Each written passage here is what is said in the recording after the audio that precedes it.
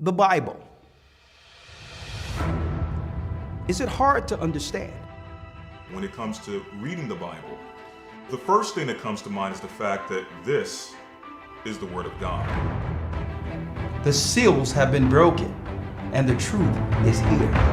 And when we go throughout the scriptures, when we go throughout extra biblical records, we find that the language that God employed, that He used to create the heavens and the earth, was the Hebrew language.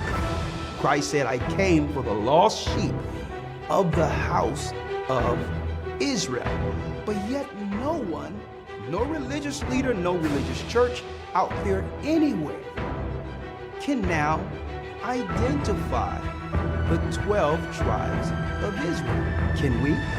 God is quite simple, but it seems as if man makes understanding Him hard. What are those mysteries? The truth of your book and the truth will make you free. The Hebrew and Bible Academy, you're invited.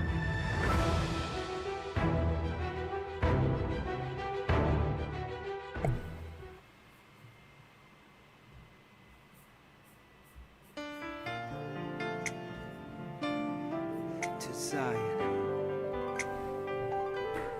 I was lost, but now I'm found. I'm a child of Israel. I heard the sound. You hear the sound. Please give me the strength to stand today. With my eyes towards the east, show me the way to Zion. I'm on my knees, laying my life on the line. I'm begging, please, please don't let me fall. Give me the strength. Place my feet, Lord, guide my path. Show me the way to Zion. I opened up the book and see that the apple of your eye included me. Shalom, shalom. Hit the like button, brothers and sisters. And through the tribulation, I know I must stand. For a new heaven, a new earth, show me the way to Zion. Shalom, brothers and sisters. We're the elders of the Gathering of Christ Church. I'm Elder Ricard along with Elder Lawyer, here with our weekly Sabbath lesson. Okay? The false idols are coming down. And what does that mean for prophecy? The false idols are coming down. There's so much we need to unpack with this particular lesson to give brothers and sisters the insight to how the gods behind the screen or behind the curtain are actually introduced into society. And I'm speaking of the false gods who were always against the God of all gods. And there's signs in the earth that lets us know that that's right, realm wars going on. And it plays out real time in plain sight for all of us. Listen to what I'm saying. There's clear indications when the Most High God is angry and He's at war, destroying the idols in the earth. It's a sign that society will soon fall. And that's why I'm going into this. Brothers and sisters don't really understand the magnitude of evil that comes with idolatry.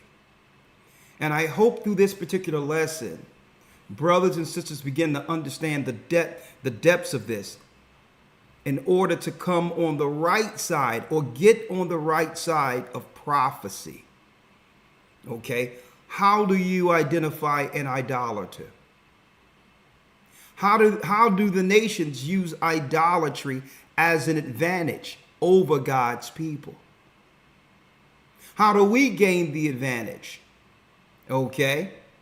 How do we recognize that's right? When idolatry, listen to me clearly, when idolatry is being emphasized from a prophetic standpoint. Well, that's why we have the Bible, right? So we're going to go in the beginning all the way through to show you the evils that come with idolatry, because folks, it's deeper than anyone could think. Some would probably believe or think, okay, what harm can be done simply taking an idol or some type of artifact and worshiping it or praying to it? It seems simple on the surface, right? It seems like a simple act. You aren't hurting anybody. You're doing something on your own time. And there's some level of what you would call tranquility and peace that comes with certain aspects of it. I'm not harming nobody. I paid for the idol. Buddha's in my house, or this African thing is in my house. It's a charm. It's a good luck. Or I feel comfortable having these things in my life. Well, see if you feel the same or think the same after the lesson. After the lesson. Okay? Now, before I go in, let me give you an insight to what we'll be tapping into tomorrow. All right. We're going to be going into tomorrow, the lesson, Finding the Ark of the Covenant will be the lesson for tomorrow. And I need to go there in finding the Ark of the Covenant because some idolaters and others get confused also.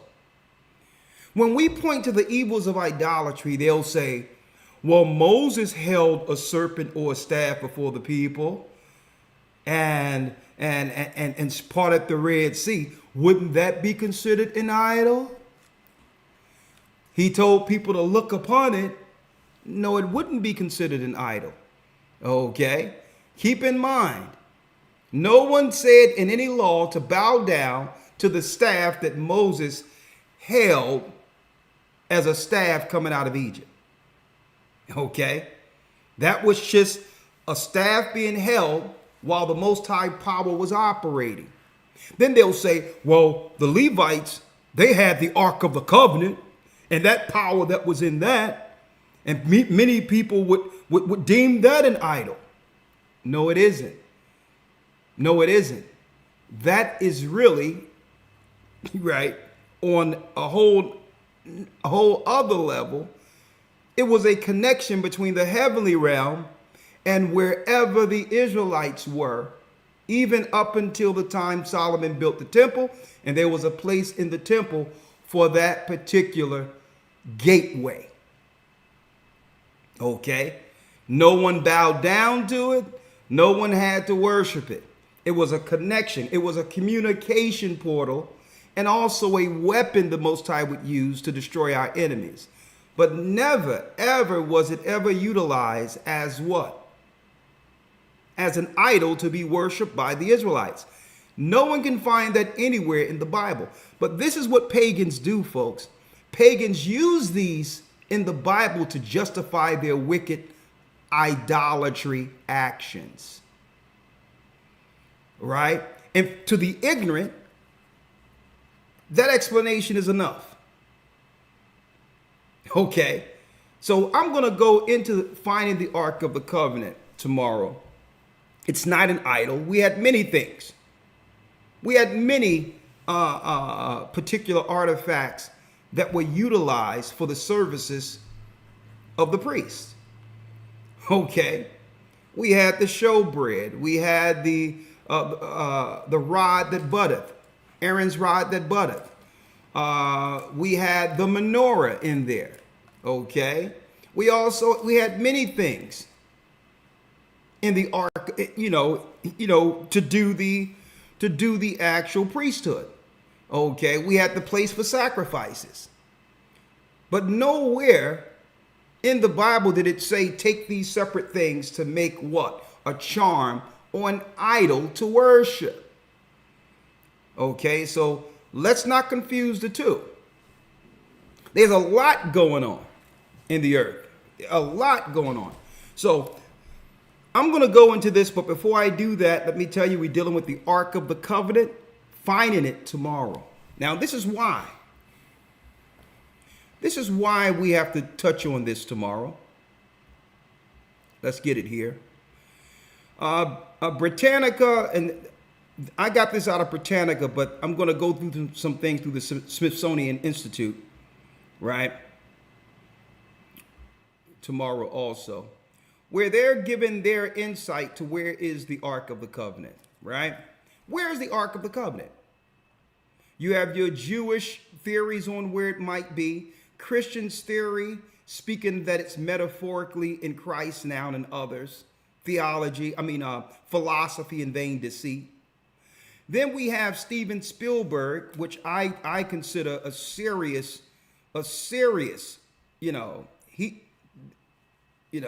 antichrist in certain, as far as I'm concerned, when it comes to the biblical exegesis we're coming from.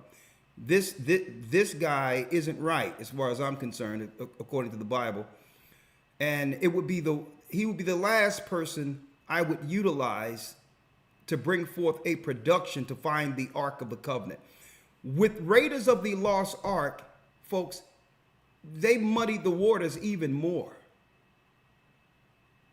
Y'all know the story. Indiana Jones,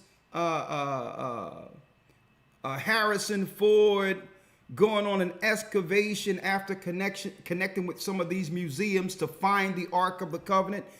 Folks, they muddied the waters even more, claiming it was in Egypt. And then there was some theories that, as you can find here, one of the most well-known theories about the Ark, and again, it's a theory, is that it's linked to Ethiopia. The 14th century natural epic, the Kimbra Nagas, which is straight garbage. Let me put it that way. According to this account, Queen Sheba visited King Solomon in Jerusalem, and during the 10th century BC had a son by the name, by her, this Menelik character, right? Right?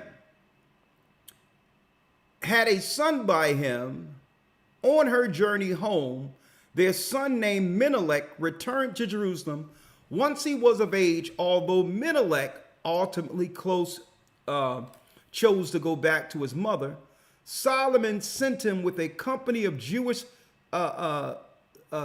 Scythians, but unbeknownst to Solomon or Menelik, these companions frustrated about leaving Jerusalem, decided to take a souvenir of sorts, the Ark of the Covenant. It was too late for Solomon to retrieve the sacred vessel.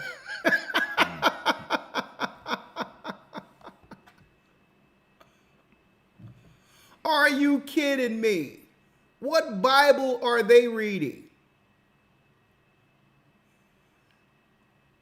I mean, you have to realize the power of the Ark of the Covenant and how the Most High constructed it according to the Bible, and who could touch it and all that.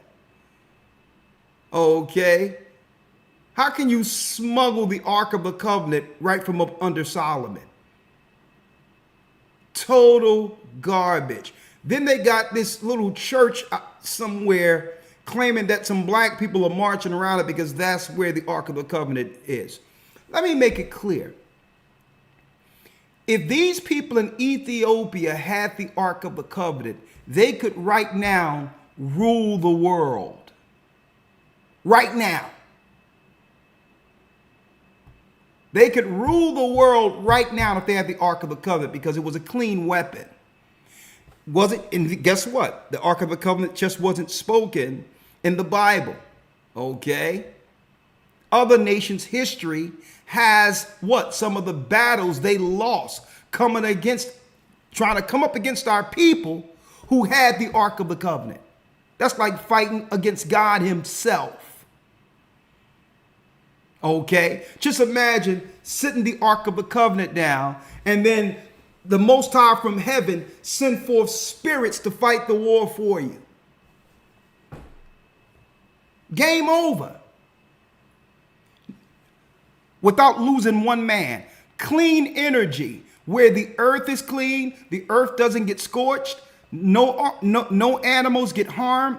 Strategic battles where only the enemies die. So you got some guys running around with some sandals, marching around a building talking about they have the Ark of the Covenant. Come on, man. Be very careful when you hear about these Ethiopian lies that are out there. Okay? Those are some of what the Bible calls fables. And they utilize that to misdirect while they continue to do what? While they continue to pose as us. They have us on a wild goose chase to Ethiopia. Every time we talk about our people being the children of Israel, black people and others, North American Indians, and they are. The Hawaiians, and they are. The Bliqua Taínos, the Dominicans, and they are. Every time we talk about this, the Haitians, and they are. The Negroes in America, and those in West Africa, they are. South Africa, they are. Every time we talk about this, they pull Ethiopia out of their orifices, as if they care about Ethiopia. None of our people don't even realize why they invoke Ethiopia in every conversation.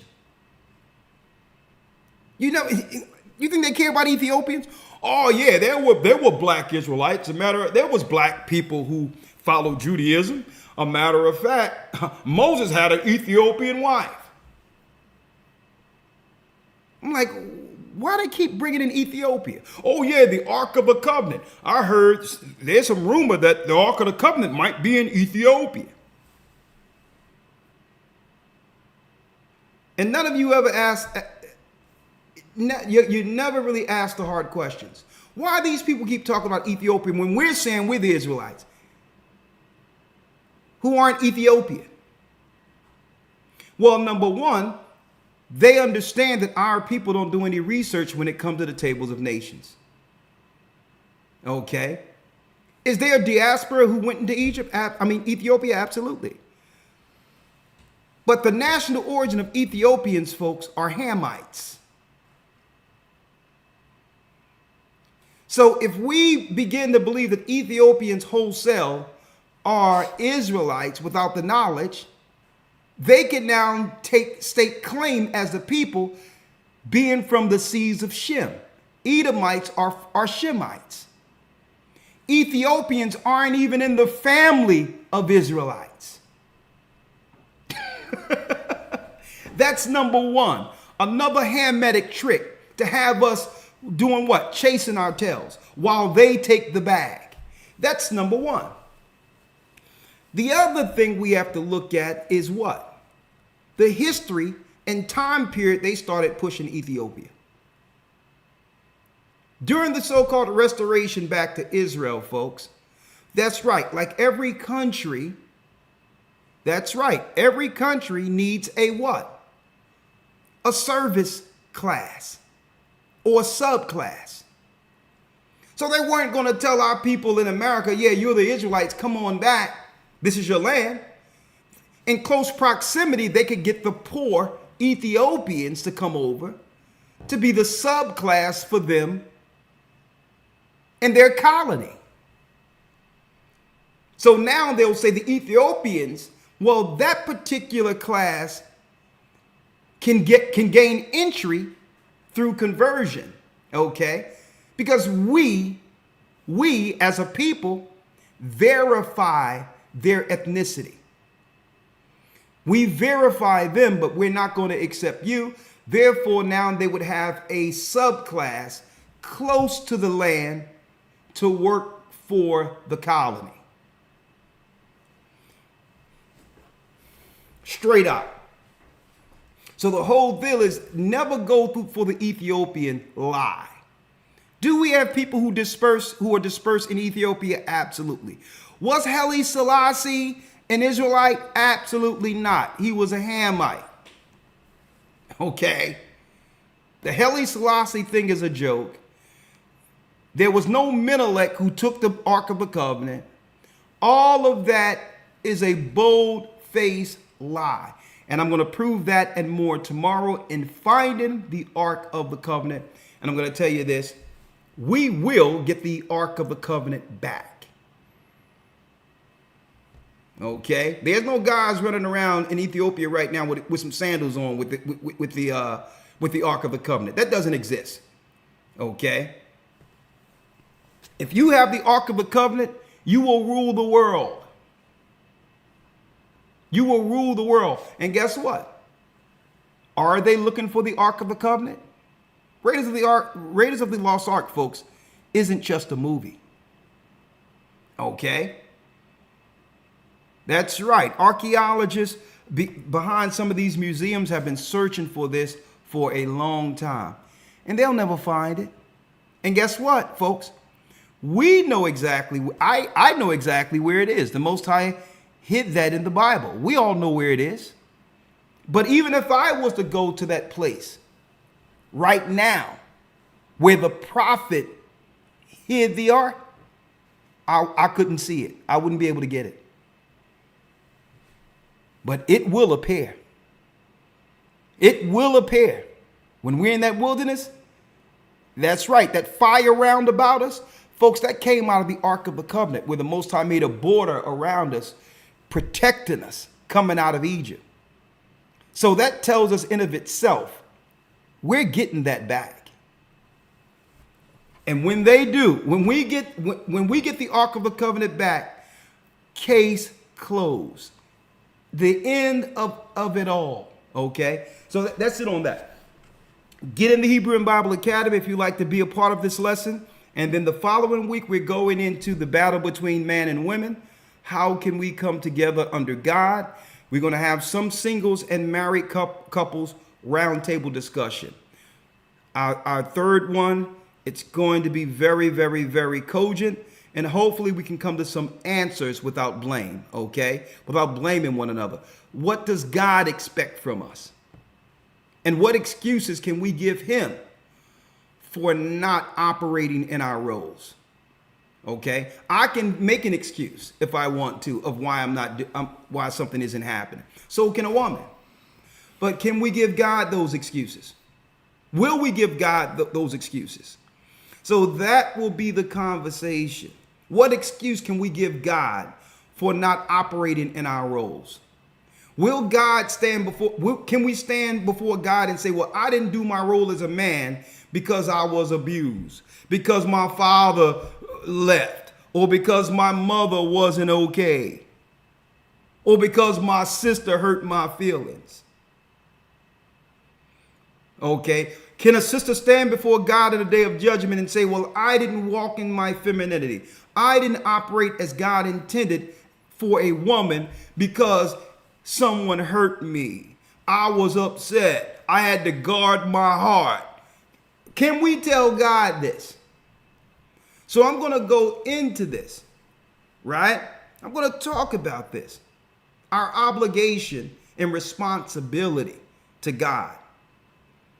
No excuses. Because at the end of the day, God isn't hearing our excuses. This is why in the Bible, Christ came with repent. Repent not only means to repent from the things we've done and change. Repent also means the Most High has given us a clean slate. So you can't come with your abuse from the past if Christ gave you a clean slate. He's given us an opportunity now to be what we were intended to be without the past history creeping up. The old man coming in. So again, repent means to change. That means to walk in newness of spirit. So if you really put on Christ, then the past excuses can't fly. Because you accepted what? The cleansing. You accepted the cleansing and accepted what? To become a new creature. So therefore, there's no excuses. Your past have been washed away, including who hurt you. So why can't you now walk in what? The image of God. Male walking in his image and female walking in her image. We're going to talk about that. Week 7, what excuse can we give God? The battle between man and woman, you don't want to miss that. If this interests you, go to historytimes.org. Now, Elder Lawyer, let's go in. Yes, sir. Let's go in.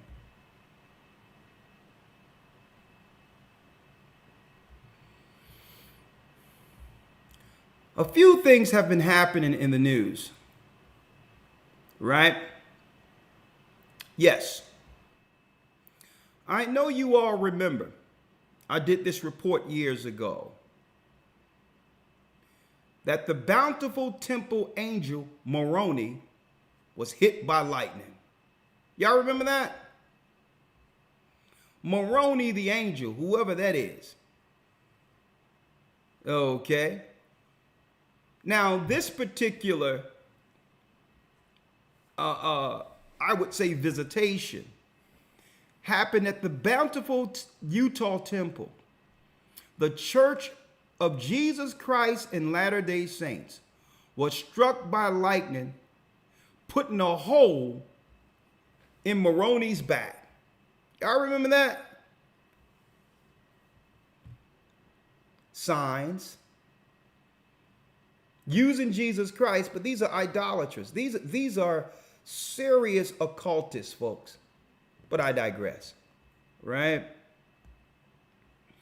And then what happens? One historic place, Salt Lake City, Salt Lake Tribune. The meeting house was described as one of the faith's finest and largest when it debuted in 1926. The historic LDS, Latter-day Saints again, which we believe is very, very highly esoteric when you deal with some of the when you look into some of their practices, right? When you actually look into some of their practices here. Hold on, let me switch this up one moment. When you look into some of their practices, cracked and battered by 2020 earthquake, faces a future rubble. It will be torn to stone. We know who you are now, sending out your children as elders into our community. Doing really reconnaissance. Doing reconnaissance on our people who truly once stood as a Christian community. Okay? But that's over too. And the idolatry is connected to that, and I'm going to talk about it. Yeah, the Most High sent an earthquake, and soon that will be rubble. Okay?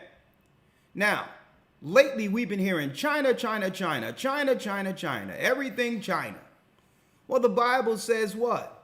That after the Most High has dealt with Babylon, China's next, Asia's next. And here's the prophetic sign before the world. Buddha on fire. Now, I would have used an audio Disco Inferno through this, but of course, I don't want to deal with any music copyright strikes or whatever, but fair use. Burn, baby, burn. Buddha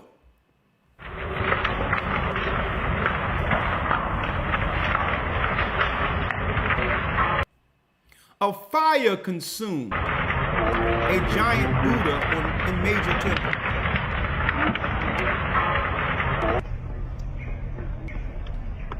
Look at that. According to local media reports, this statue was built in 1998 and a replica of an original which dated back to 425 AD. Burn. Thanks for watching our YouTube channel. Follow today. No, it's all right. Here it is right here.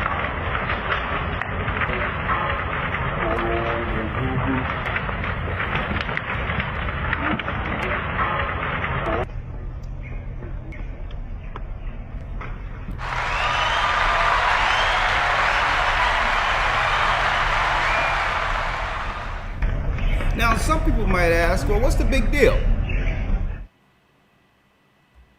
It's just a statue. But is it? Elder Lawyer. Yes, sir. I need you to go real quick to where it tells us that it goes into that we're the portion of the Almighty, Deuteronomy 32, that God is our portion. I need y'all to check this out, folks. I need you to check this out. You may think it's just a statue. Let's see. Let's go to Deuteronomy. Yes, sir. Yes, sir. Deuteronomy chapter 32, verse 8. Okay, let me put it up for them. Deuteronomy 32, verse 8.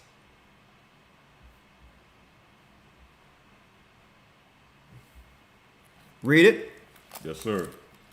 When the Most High divided to the nations their inheritance. When the Most High divided to the nations their inheritance, which is the division of lands. Right? The division of lands. Read. When he separated the sons of Adam. Now, when were the sons of Adam separated?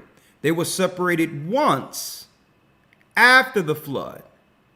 Shem got their geography and land, Ham, and so did Japheth. Japheth received Asia, Europe, that's right, China, Japan, all of that, and Asia Minor, which was Europe, once belonged to the Asians. So there was one divide when Noah divided the lands between his three sons. And then there was another divide at the Tower of Babel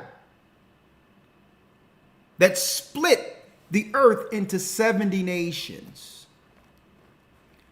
It would bring it to 70 with Jacob and Esau, but eventually it would split to 70 nations, right?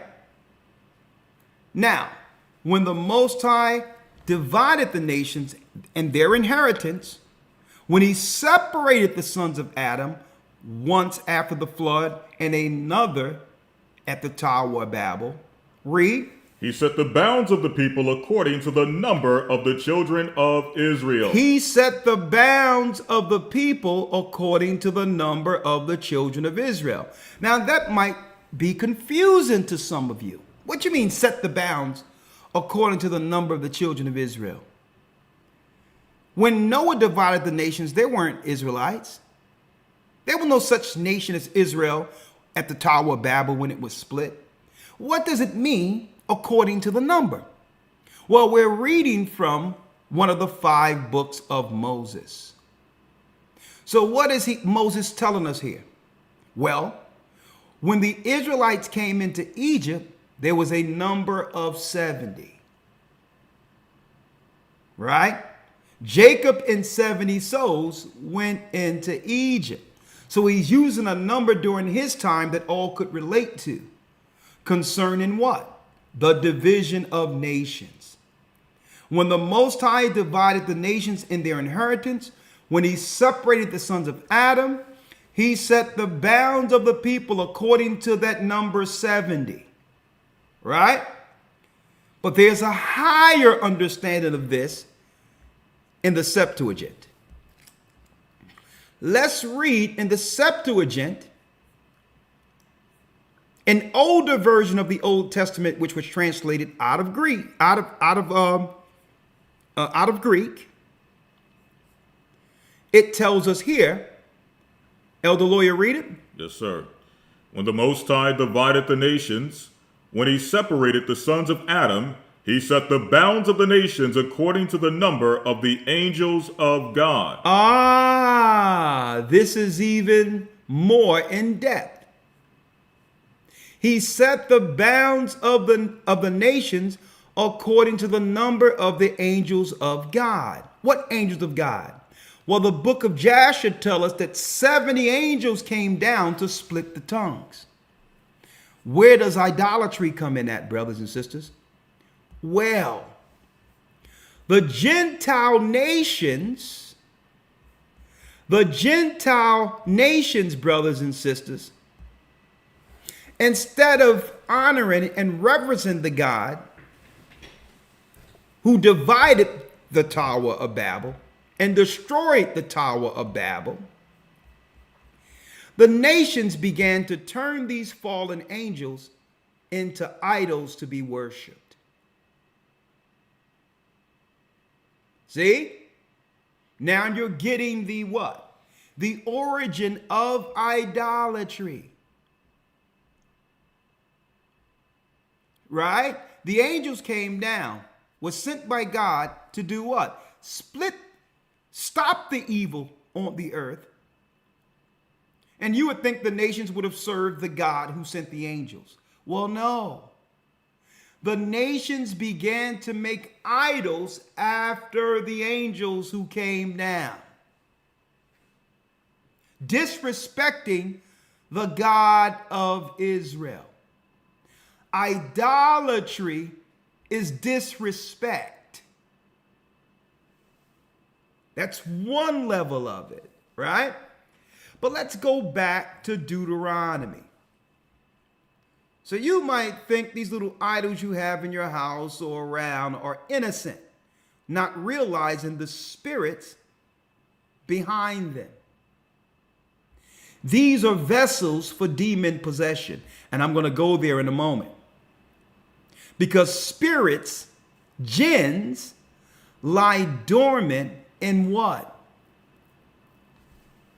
In earth, water springs, rock. So idols were utilized so that spirits could do what? Have temporal places in people's home until sin arise, and then in that home, they can now grab a person. Idols, that's right, folks, idols were housing spirits. Priests would pray over these idols so that they could have a place, so these demons could have a place. And then a person will go, that's right, he'll go to the knick-knack shop or go to one of these ridiculous African festivals and go grab something, not realizing a priest opened a doorway. So in agreement for these spirits, fallen angels, jinns, and demons, the priests get gifts to be able to see and do certain things, but in return, he give, that's right, the dark world and the spirits from them hosts. People that they could utilize, play with, or even destroy. So you will go to a Doom Day, like in Philadelphia, a festival. Go to these African festivals, and you go grab this idol that you think is cute. Okay? You think it's nice, and you have a little Asian music playing behind it in your home, and you think it's all good. And there's a demon waiting to take hold. Let me tell you, I celebrated when I seen the Most High destroying these idols, because I know spiritually what's behind it. Right? Let's go Deuteronomy 32:8 again. Let's read that. Yes, sir. Deuteronomy 32, verse 8. Come on. When the Most High divided to the nations their inheritance, when he separated the sons of Adam, he set the bounds of the people according to the number of the children of Israel. That's 70. Read. For the Lord's portion is his people. The Most High's portion is his people. So it was meant for God's people to serve the living God, the God who created the angels, and not do an end around by disrespecting him, by worshiping fallen angels, fallen gods, and their offspring. All right. So this was a way Satan could do what? Create a go-between us and our God. Now, of course, Satan would create this because why? All of the fallen spirits are automatically subjected to him. So if you follow the idols who are subjected to him, you are now under his will. You got that? You're under his power now. And this is why God said, Israel, stay away from the idols. It's a form of control. Under the spirit of invocation and order according to their witchcraft. If you bring their idols into your home, if you worship them, you're now subjected to the priests of Satan, who can now use that indirectly to control you. For the Lord's portion is his people. Read. Jacob is the lot of his inheritance. Jacob is the lot of God's inheritance. See, we belong to him. I don't care about your Buddha stories. I don't care how much tranquility and peace that gives you. Okay, even the tree of good and evil had good in it. I don't care how many Asian flutes you play behind your Buddha. I don't care how good the incense smell next to your Buddha. There's a demon behind it. There's a fallen angel behind it. Know your quote unquote religious history. Idols were always used as a go-between to separate mankind from the Creator. It's dangerous. Has always been dangerous. Let's go to Let's go to Exodus 23.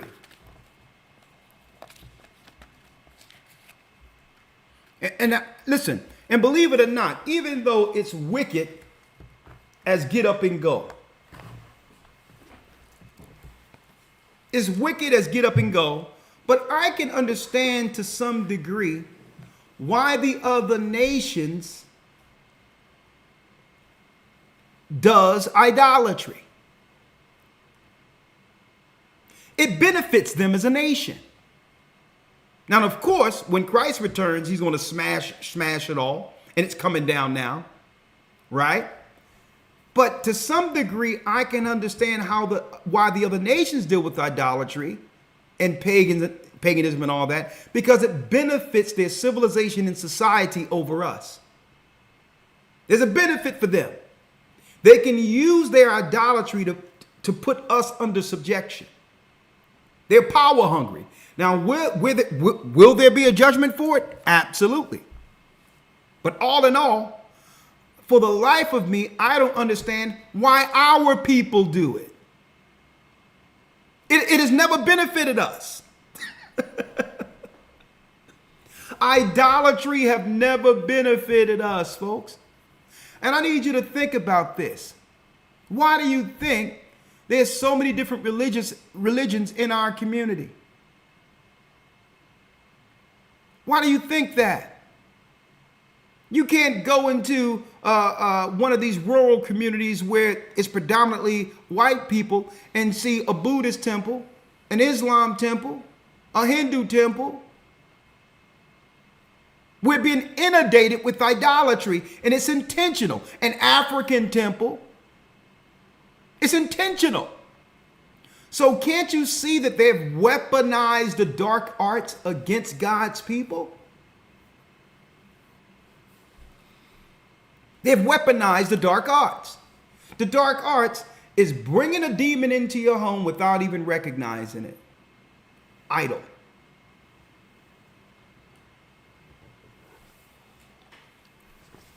Let's go to Deuteronomy 32, Elder Lawyer. And let's start at the 20th verse, if you will. Yes, sir. The book of Exodus, chapter 23, verse number 20. Yes. Thank you. Yes, sir. Behold, I send an angel before thee to keep thee in the way, and to bring thee into the place which I have prepared. Hold on, let me get it here. 23 and what? And 20. Thank you. Yes, sir. I appreciate it. Now, since we understand angels came down, right? Doing the Most High doing the Most High's bidding, separated the nations, right? But Abraham and others understood it was our God behind the destruction of the Tower of Babel. Abraham wasn't going to look at those angels who came down and did that and say, you know what? Let me make an angel to Moroni. Let me make an angel to this guy and this angel. This is how witches and warlocks operate, folks.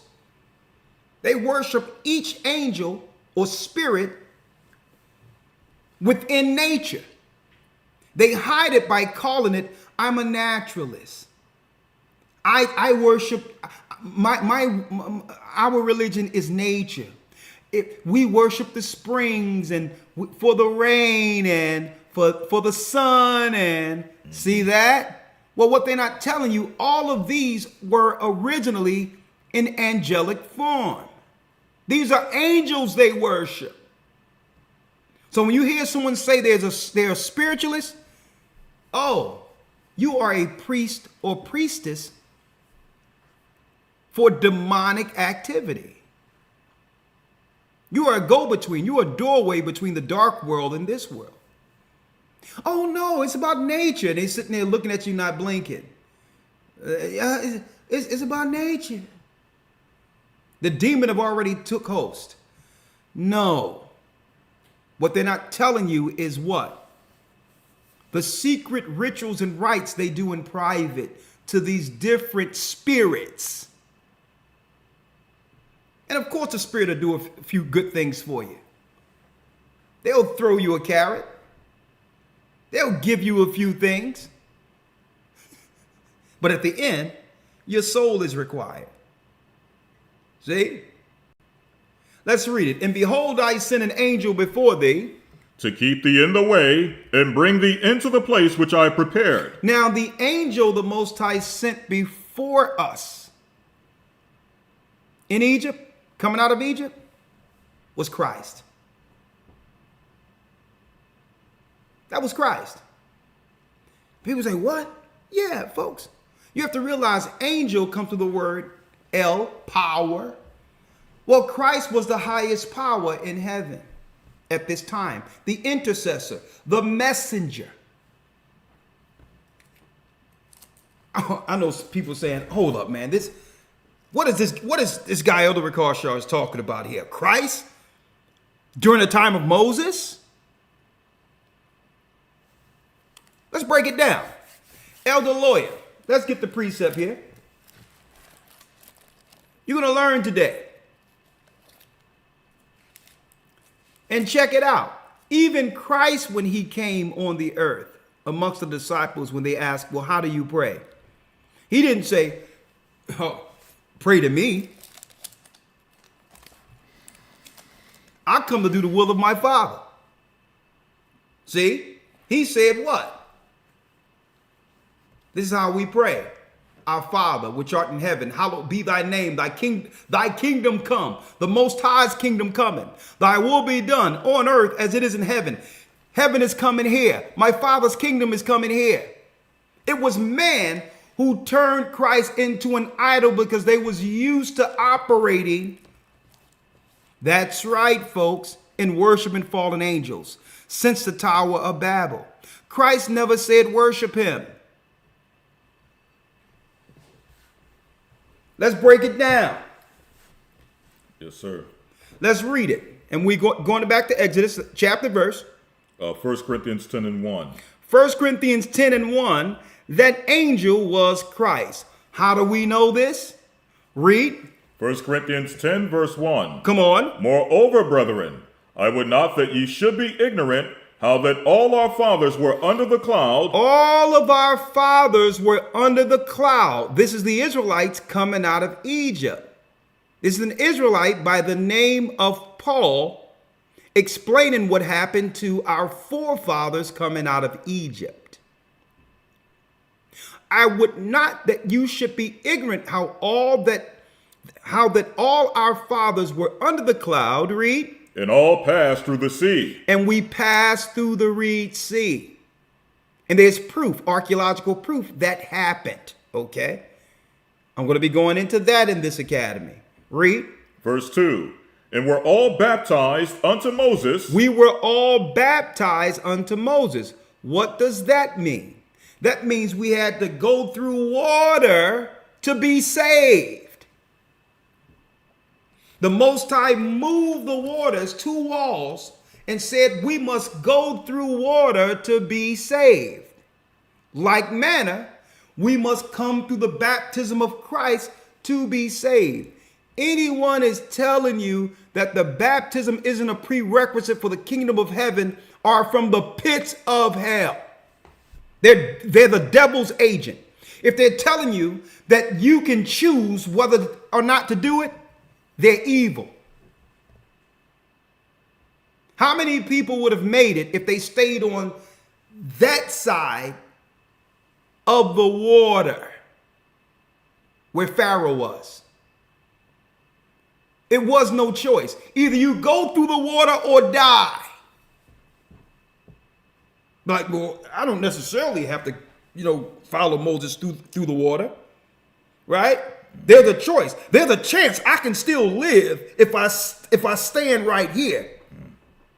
Right? What about this? It's just water. It's just water.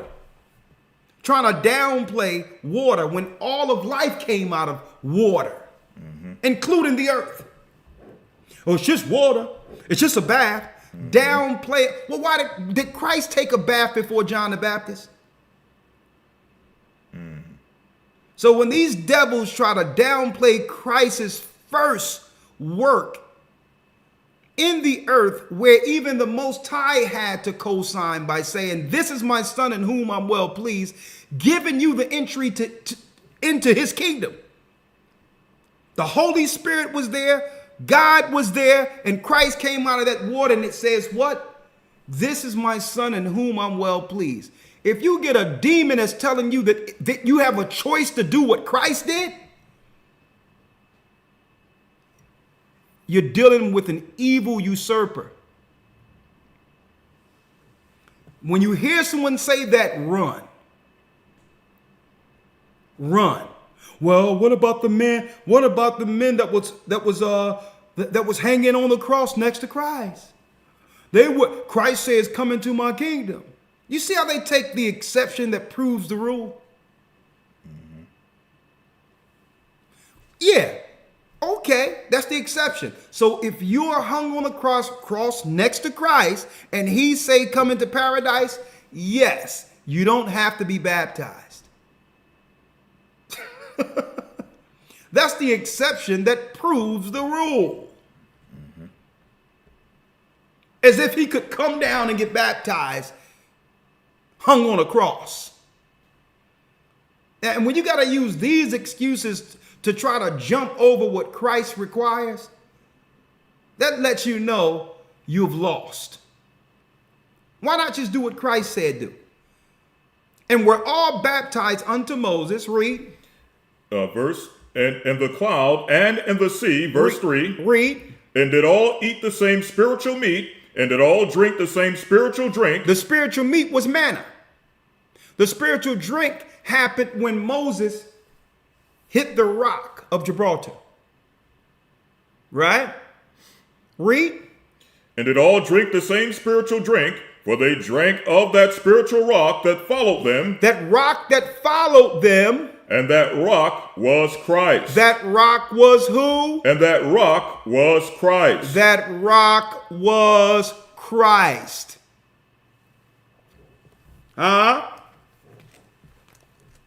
So understand this and understand it well. It was Christ sent to free the children of Israel from the throne. Okay?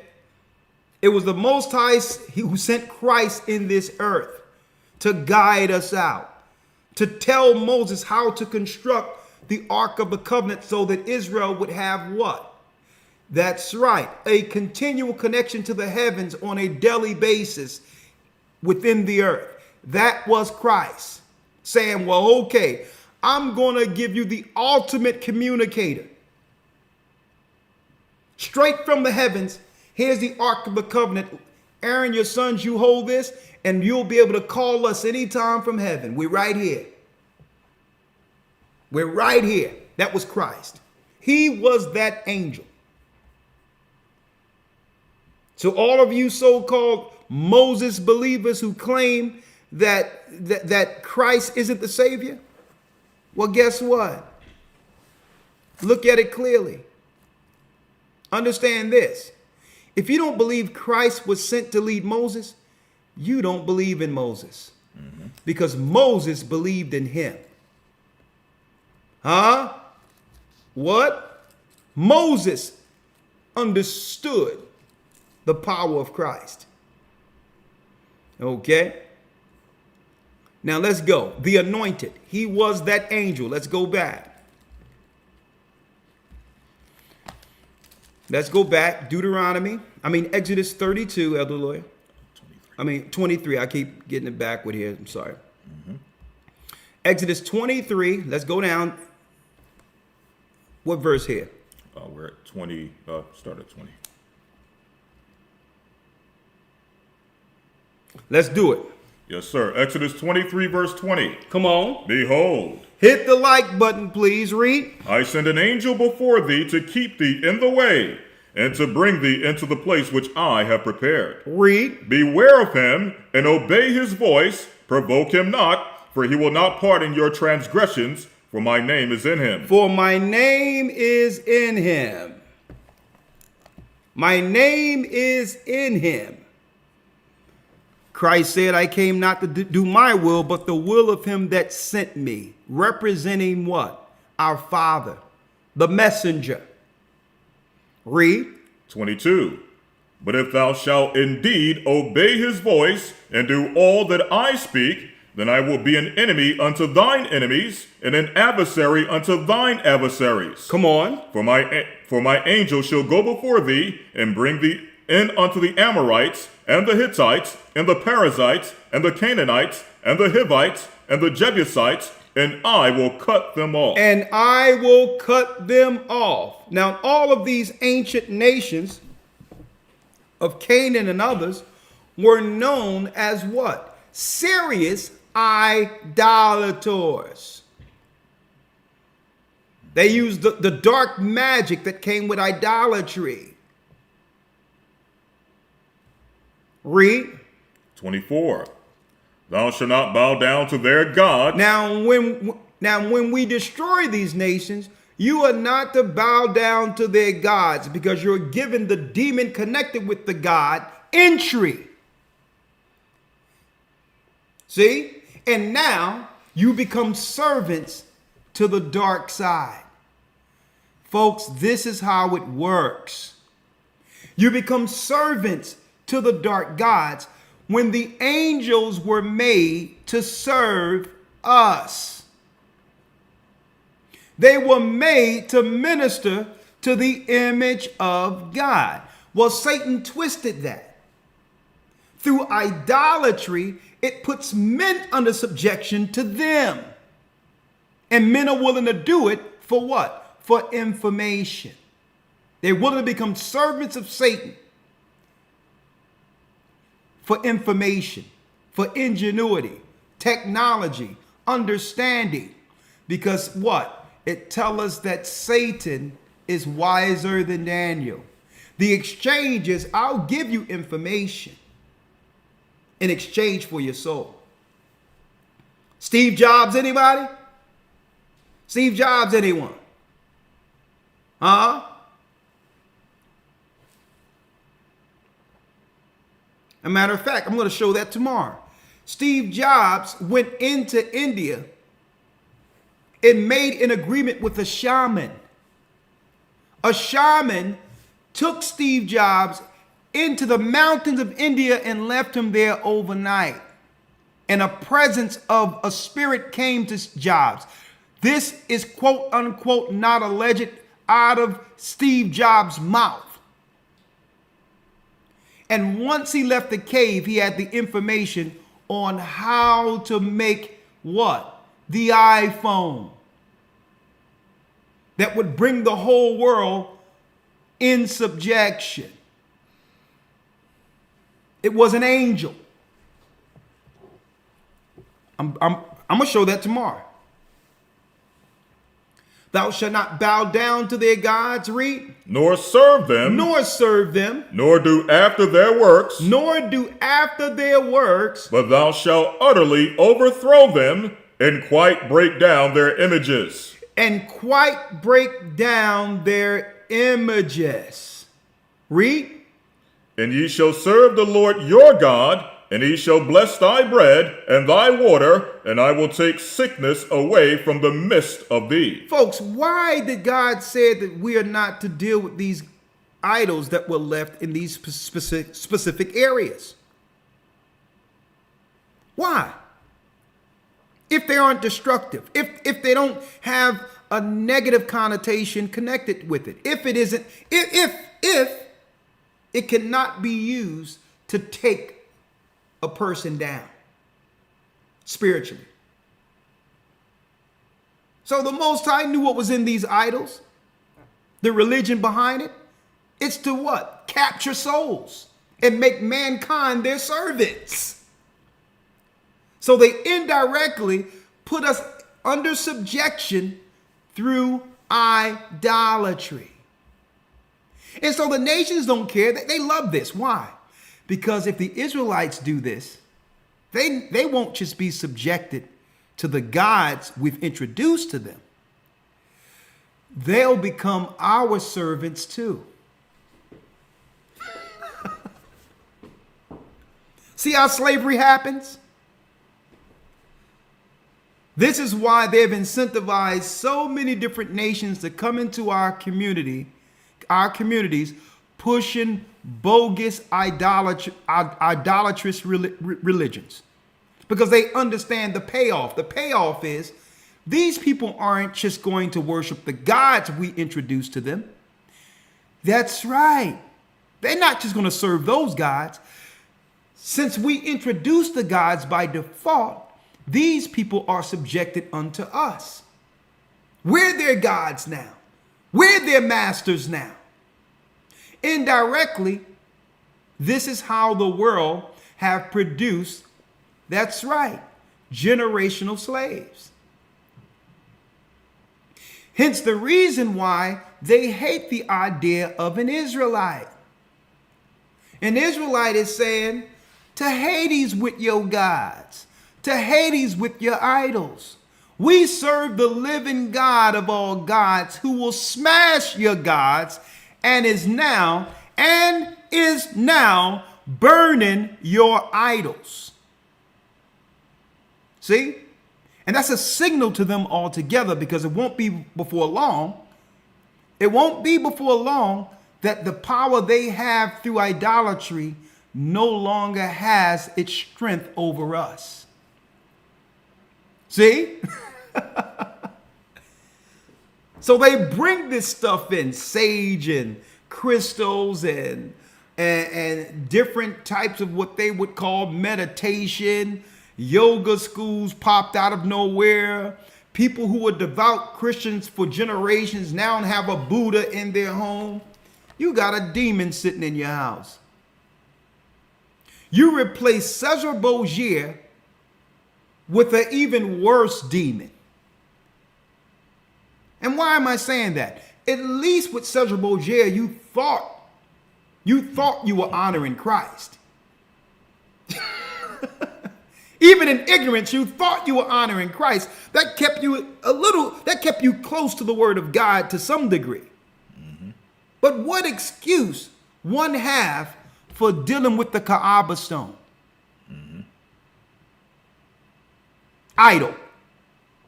What excuse do you have? How can you justify an Asian fat man? It doesn't matter how good he did. And is it really a story of an Asian fat man when that statue predates that particular narrative? Thousands of years, that idol predates who they claim the story is made after.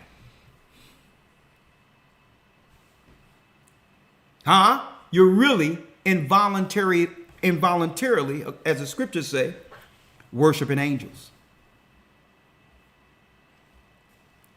Nor do after their works, but thou shalt utterly overthrow them and quite break down their images. Come on.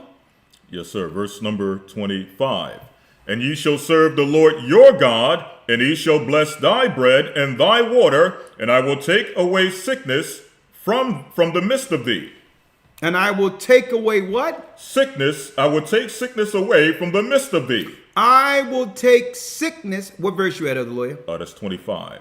I will take sickness. Listen to this. I will take sickness away from the midst of thee. So idolatry also comes with what? Sicknesses. And you notice all of these so-called doctors they're bringing over from overseas who are idolaters, becoming your doctors and all that. See that? You notice that? A multi-trillion-dollar business the healthcare industry is. Why? It's incentivized. Us becoming sick has empowered them. Have incentivized. They're incentivized with keeping us sick. They're being given all the pharmacies and all these others. The idolatry is the gift for them that keeps giving. Because why? We've taken hold of their idols, their way of life, their belief systems, and now are suffering the curses because of it. The Most High says, do away with their idols. I'll make sure you're healed. I'll deal with you. Part of healing is having the knowledge. People are destroyed for a lack of knowledge. To know what to avoid. To know what's good and lawful according to God when it comes to consumption. That's part of healing. I'm not going to eat this from this idolater. I'm not going to eat that from that idolater. See? I'm not going to listen to anything you say. We're not dealing with anything. You are an idolater. Right? Read. Yes, sir. Verse 26. There shall nothing cast their young, nor be barren in thy land. The number of thy days I will fulfill. I will fulfill the number of your days. You'll live long. If you listen to us, if you listen to our God, over the idolaters. Read. 27. I will send my fear before thee, and will destroy all the people to whom thou shalt come. And I will make all thine enemies turn their backs unto thee. And none of these idolatrous nations will ever overtake you in war. I'll fight for you. This was our God speaking to our people. Read. 28. And I will send hornets before thee, which shall drive out the Hivite, and the Canaanite, and the Hittite from before thee. Come on. And I will drive them out from before thee in 1 year, lest the land become desolate, and the beasts of the field multiply against thee. Come on. By little and little I will drive them out from before thee, until thou be increased and inherit the land. Until thou be increased and inherit the land. Read. 31. And I will set the bounds from the Red Sea, even unto the sea of the Philistines, and from the desert unto the river, for I will deliver the inhabitants of the land into your hand. I will deliver the inhabitants of what? Of the land into your hand. Of the land into your hands. Read. And thou shalt drive them out before thee. What verse you at there? Jumping down to 32. 32. Thou shalt make no covenant with them. Thou shalt what? Thou shalt make no covenant with them. Thou shalt make no agreements with them. You can't negotiate with them. Read. Nor with their gods. Nor with the gods they serve. If Jehovah's Witnesses come in front of your door, no. Why can't you accept my Jesus Christ? You are an idolater. The Church of Latter-day Saints come knocking on your door. Elder Bob on a bike. And he says, have you heard of Joseph Smith? I don't care for Joseph Smith. He's an idolater. If someone comes and says, Assalamu alaikum Muhammad, peace be unto you. All due respect, you can respect your prophet. He belongs to you. My prophet is Christ. That's right. My prophet is Christ, according to what Moses prophesied. Okay? If you would like to do that, do what you do. But guess what? Muhammad allowed what? The Kaaba stone to stay as an idol. So all due respect to you, we do not acquiesce to idolaters. I don't care if you claim that Abraham built a house there. I don't care what reason you claim to be there in Mecca. Okay? We understand the trick, the end around. Every time you bring your idols, our people go into slavery. We become subjects to you to build your empires every time you come peddling your idolatry to us. Thank you, but no thank you. That idolatrous actions are for your people. The Most High's portion is not like other people. We're the Most High's portion. We serve the living God. Okay? We serve the living God, so we're not like you. So if it's benefiting you, knock yourself out. But that's not good enough for them, folks. They have weaponized religion using idolatry as an indirect way of putting God's people under subjection. They've weaponized it right in front of us. They've dressed it up. They have shined it up. They've made it look all good. And we just simple as a days old. Oh yeah, look at this piece of art. You know, let's go put it on my wall. And it's all, you got a mask that looks like a demon from the eighth hell, the eighth level of hell. And you sitting there with a mask from Africa with hay next to it, with a nose this big and a mouth frowning like this. And you sitting there with this African man. Oh yeah, this is the motherland piece right here. And you go hang Beelzebub on your wall.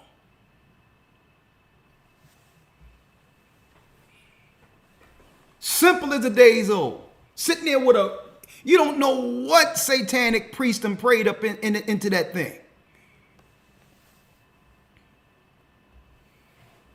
And then we introduce the Bible to give you the tools to be set free from all of this. Oh man, yeah, man wrote that, you know.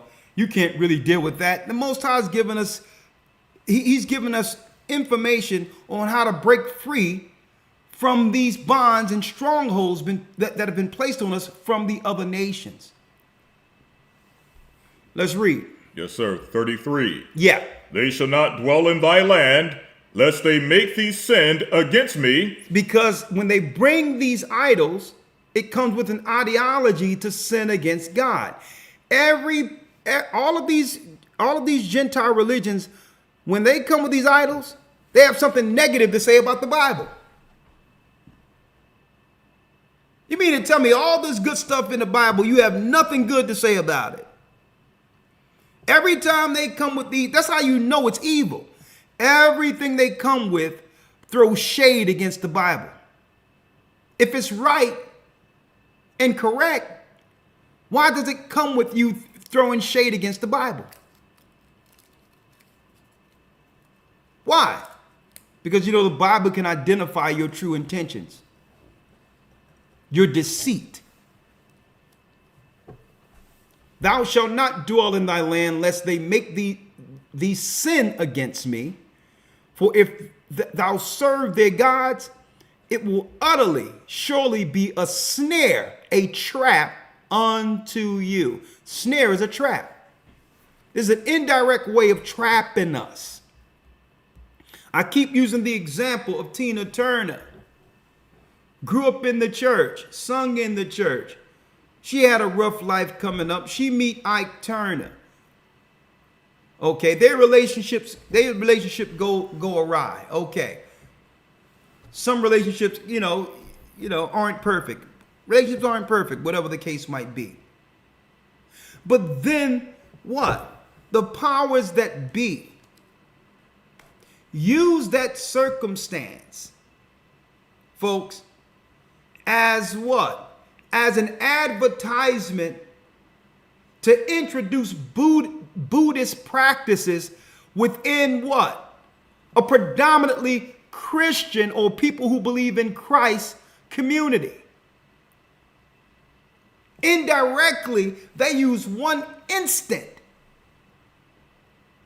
one anecdotal relationship to push a satanic, idolatrous, wicked religion on our people.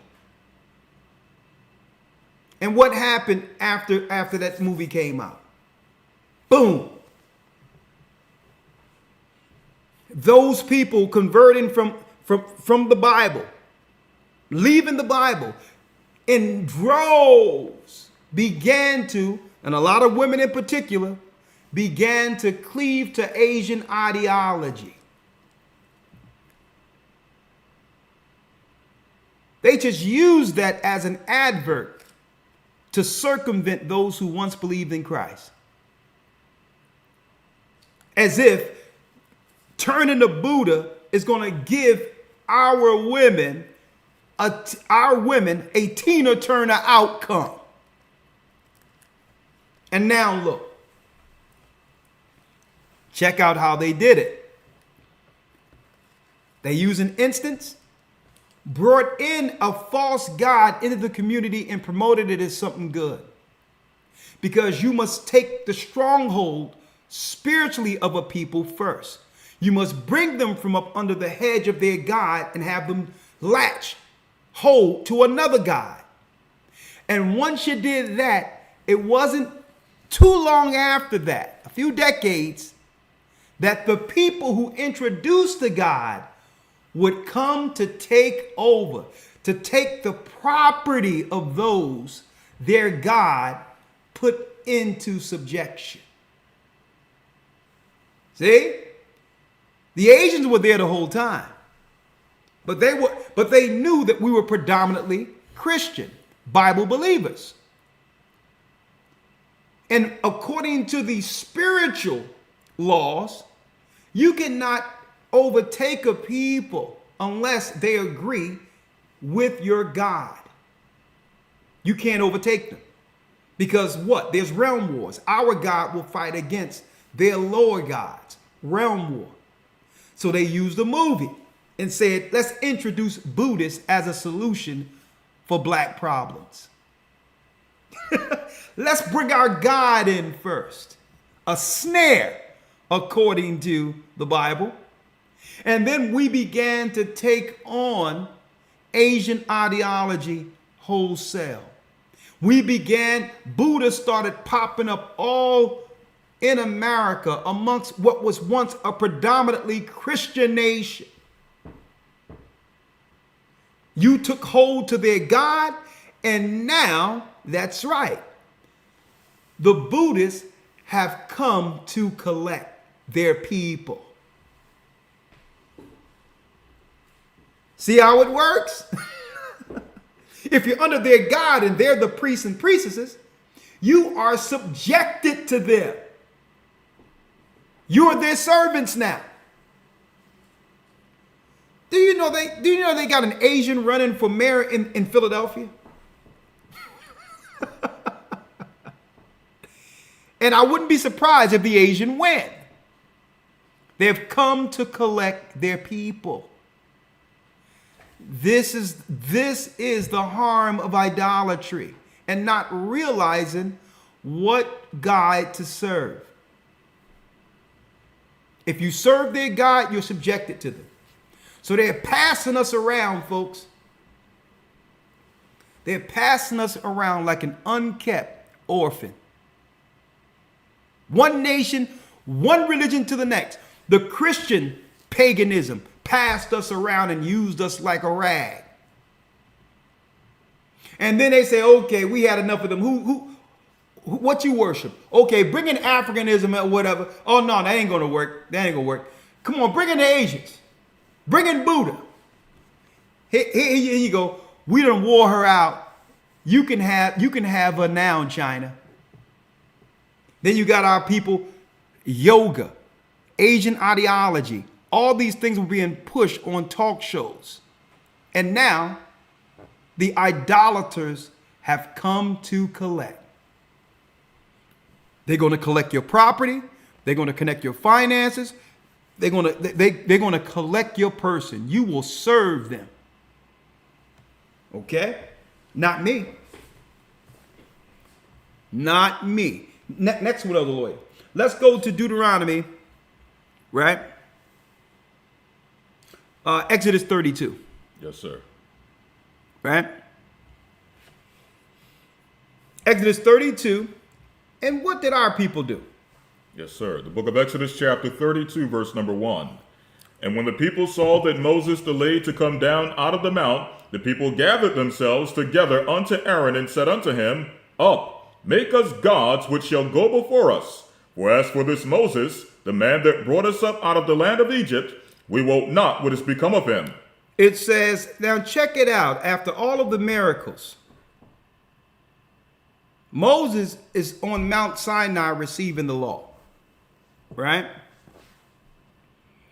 It states here, when the people saw that Moses delayed to come down out of the mount, the people gathered themselves together unto Aaron and said unto him, Up, make us gods which shall go before us. And as for this Moses, that man that brought us up out of the land of Egypt, we wot not what has become of him.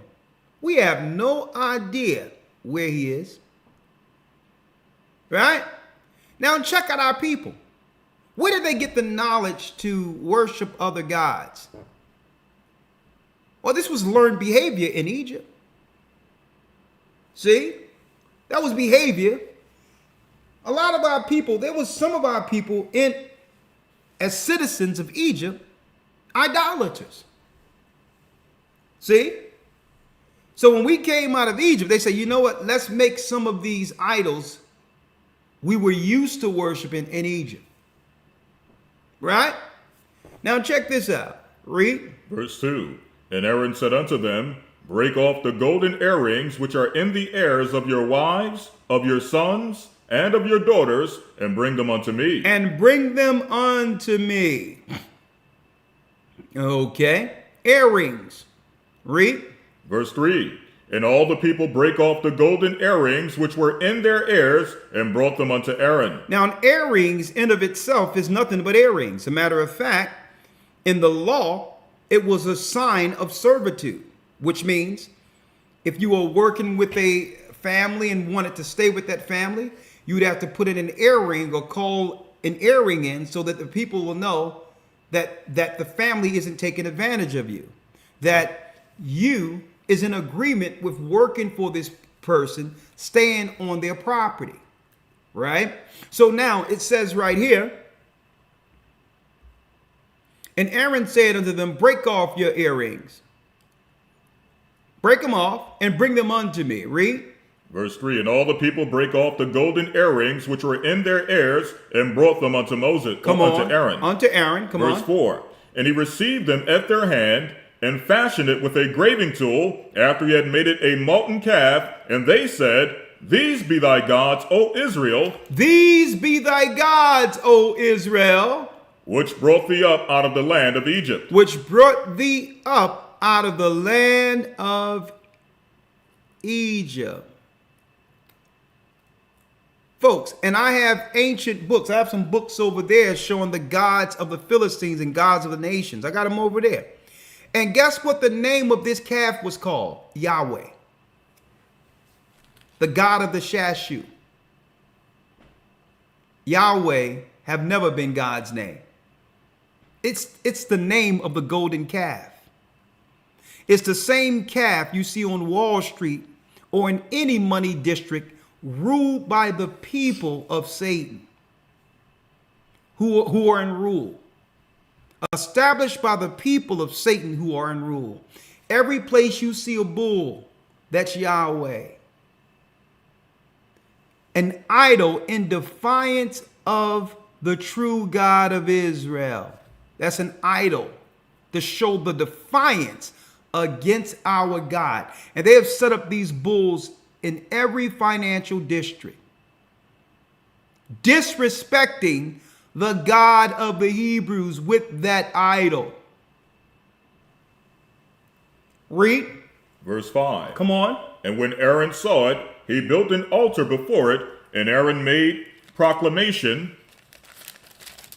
and said, tomorrow is a feast to the Lord. And tomorrow is the feast to the Lord. What verse is that? 5. Verse 5. Tomorrow is the feast to the Lord. Who's the Lord that they're making a feast to? Because Moses is speaking to our God. They're making a feast to who? Right here. Let me break it down for you.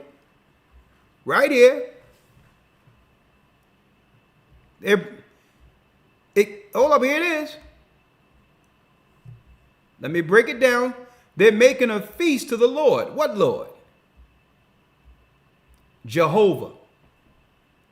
The Jewish national name of God.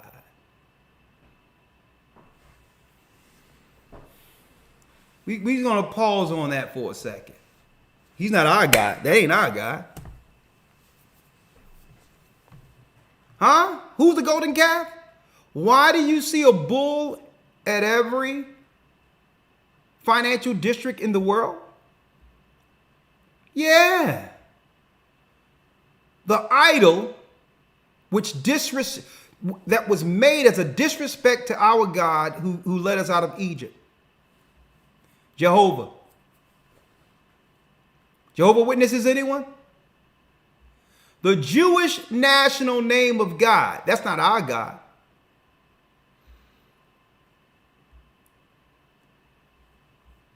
Huh? Let's go back. Yes, sir. Read the fourth verse again.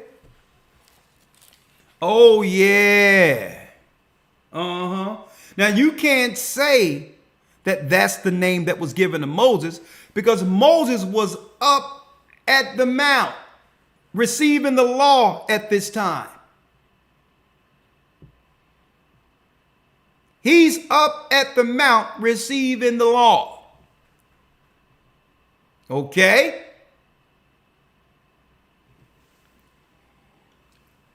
Receiving the commandments. Chapter, verse, Elder Lloyd. Exodus 32, verse 5. 32 and 5. Let's go. And when Aaron saw it, he built an altar before it, and Aaron made a proclamation and said, tomorrow is a feast to the Lord. And they rose up early on the morrow and offered burnt offerings and brought peace offerings, and the people sat down to eat and to drink and rose up to play. And the Lord said unto Moses, go, get thee down, for thy people which thou broughtest out of the land of Egypt have corrupted themselves. Have corrupted themselves through idolatry. Through idolatry. And I'm going to make this clear, folks. I've had many conversations on camera and off the camera with rabbis. And not one rabbi deny when I stated the Most High's name have never been Yahweh. They've never denied it. When I said his name is Ahia, Ashar, Ahia, they've always confirmed publicly and privately that what I'm saying is well known amongst them. And this is how they state it. They'll never say, yes, you're right in that. They've always came lockstep. It doesn't matter which rabbi I spoke with, would come back and say, well, that's well known amongst our rabbis. You can't say, well, the tetragrammaton really mean the same thing, so that's a lie. The Most High was clear. Ahia, Ashar, Ahia was the name spoken to Moses. And it had nothing to do with the second person and speaking in the second and third person and all this others, because the Most High isn't subjected to our time and space. He's not subjected to our frame of reference when it comes to time or person. Let's make that clear. And then you have some people, simple as the days old, were saying, well, the law is above the name. That scripture isn't saying that. That's sick ideology to twist scriptures because you don't want to admit the truth concerning God's name. There was never been no conversation that the law is above God's name.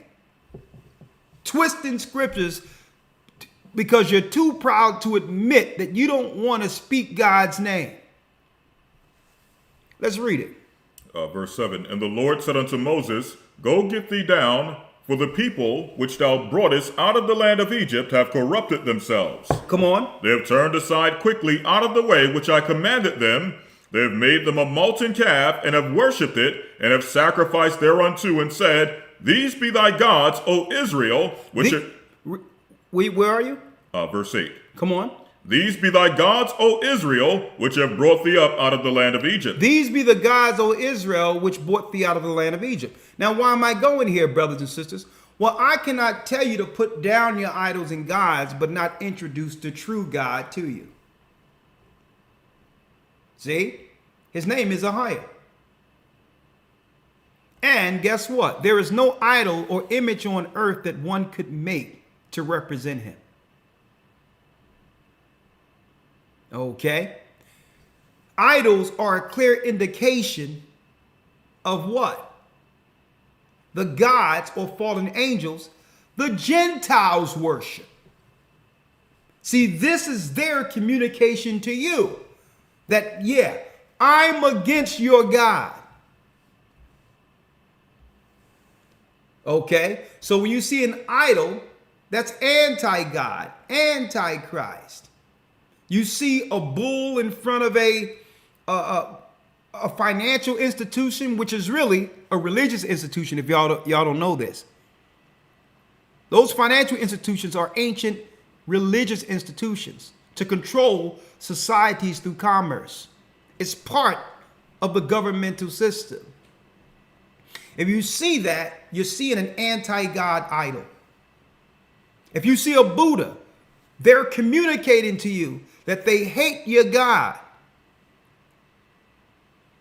That they hate your God. Anytime you see these idols, those are messages. Let's get it real quick. Psalms 56 real quick.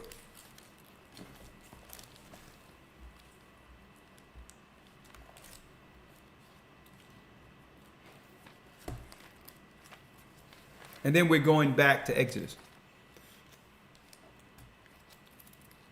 Gods of the nations. Yeah, gods of the nations. Psalms 96 and 4 and 5. Mm-hmm.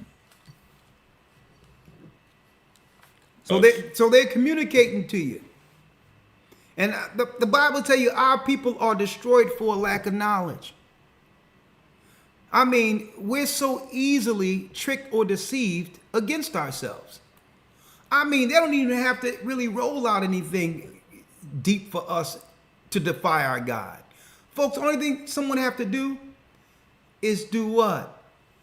Give you some incense some body oil, and some organic soap. Okay, and some sage. They don't even have to do much to turn you against your God.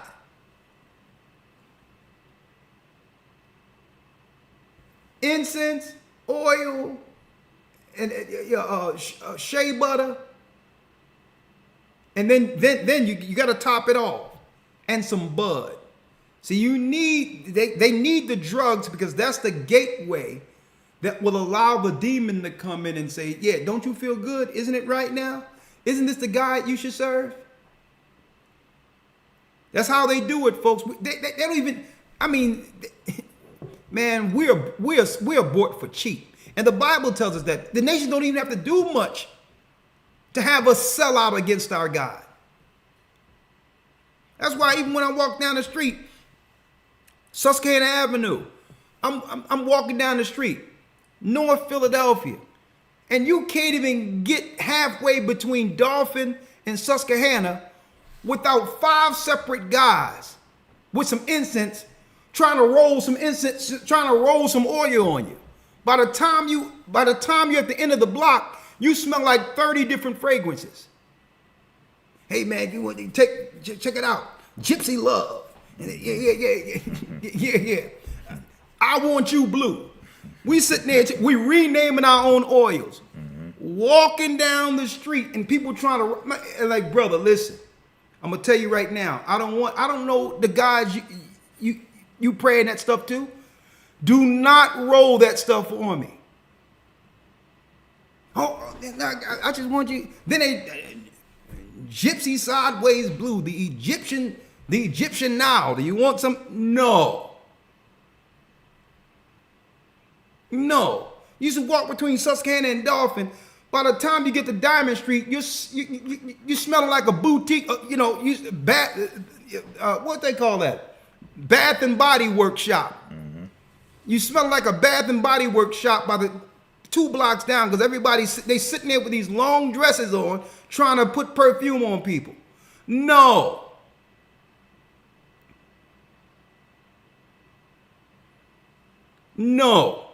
We're done with it already. Stay away from these other gods. Put down your incense, put down your oils, and find the living God. Chapter, verse, let's go. Yes, sir. Psalms 96, verse 4. Come on. For the Lord is great and greatly to be praised. The Lord is great and great to be praised. Read. He is to be feared above all gods. Our God is to be feared above all gods. Because why? It's our God who's going to judge Buddha. It's our God that's going to judge your Cesare Borgia. It's our God that's going to judge the fallen angels the Gentiles worship. Their gods have always feared our God, the God of the Hebrews.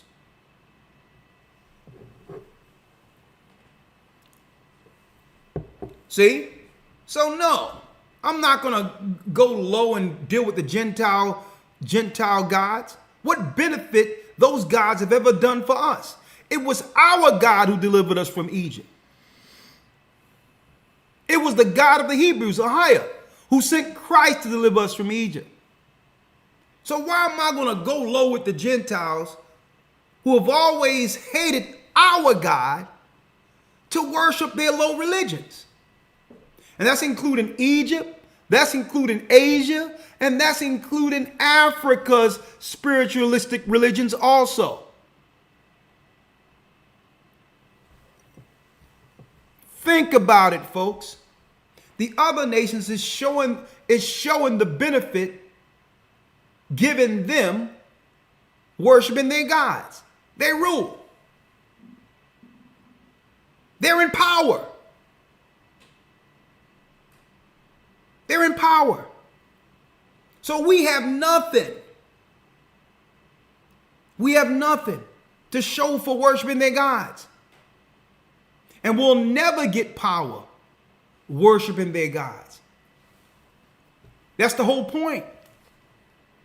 Our power comes from what?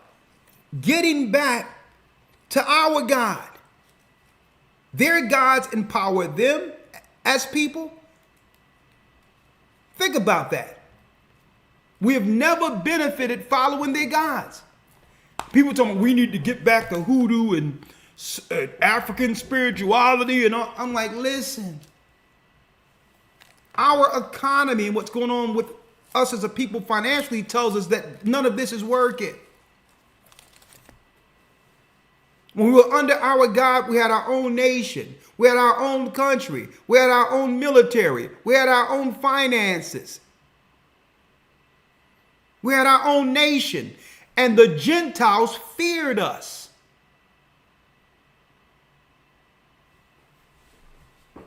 And I'm not talking about individual accolades one could receive in a nation.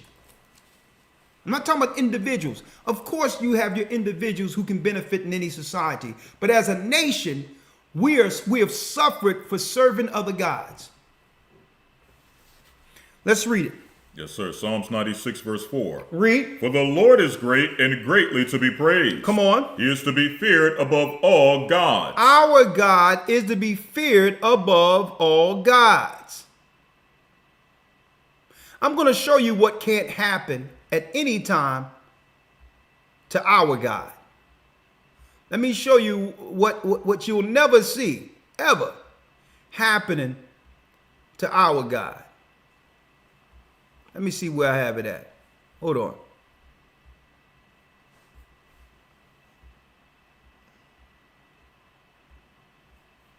Let me see 1 second.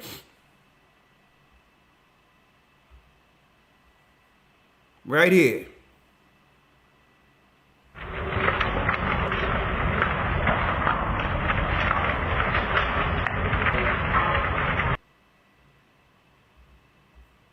You'll never see nothing like this happening to our God, folks.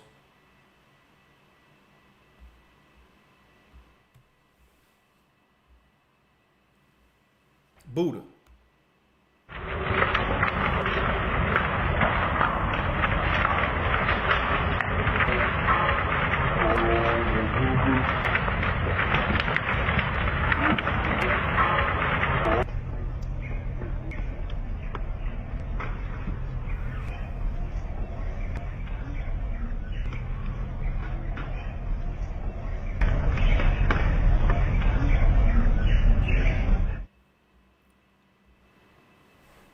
No way. Thanks for watching our YouTube channel. Follow No, we good. Right? Read it again, Elder Lawyer. Yes, sir. For the Lord is great and greatly to be praised. He is to be feared above all gods. Our God is to be feared above all gods. Above all gods. The God of Israel is to be feared. Read. Verse 5. For all the gods of the nations are idols. All the gods of the nations are idols. So when you see an idol, it's a messaging. That's messaging from the Gentile nations who have conspired against us. We're here. We're here to destroy the people of God. That there's a spiritual war going on.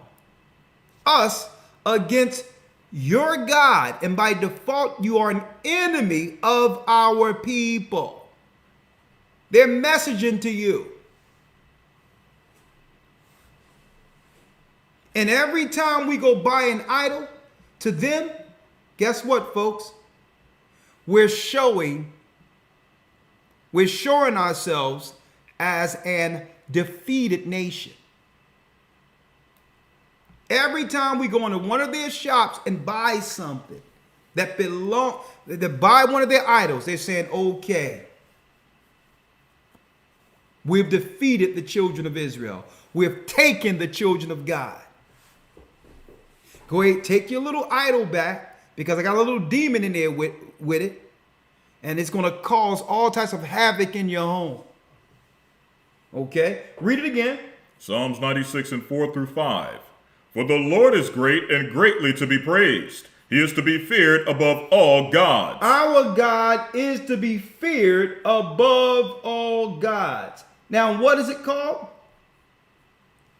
In essence, it's called spiritual fornication. Let's get that, elder lawyer. The devising of idols. The devising of idols. Now, pull out your apocryphas here. Your King James Version apocryphas here. Chapter and verse, elder lawyer. Straight to the point, Wisdom of Solomon 14 and 12. Wisdom of Solomon 14 and 12. Hold on, let's get it for him. Wisdom of Solomon 14 and 12. Read it. Yes, sir. For the devising of idols was the beginning of spiritual fornication. The devising of idols was the beginning of spiritual fornication. You see that? That's like a man's wife going out dealing with another man. See? And you notice, folks, these idolatrous religions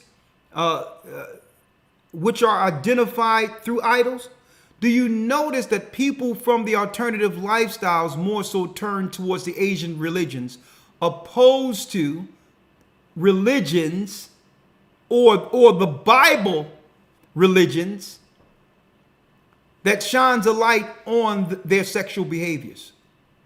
You notice that? That they're readily accepted in Asian ideologies. So they'll cleave to that opposed to the Bible's tenets. So these other religions are what? More accepting to what? Perversion lifestyles. Fornication. See?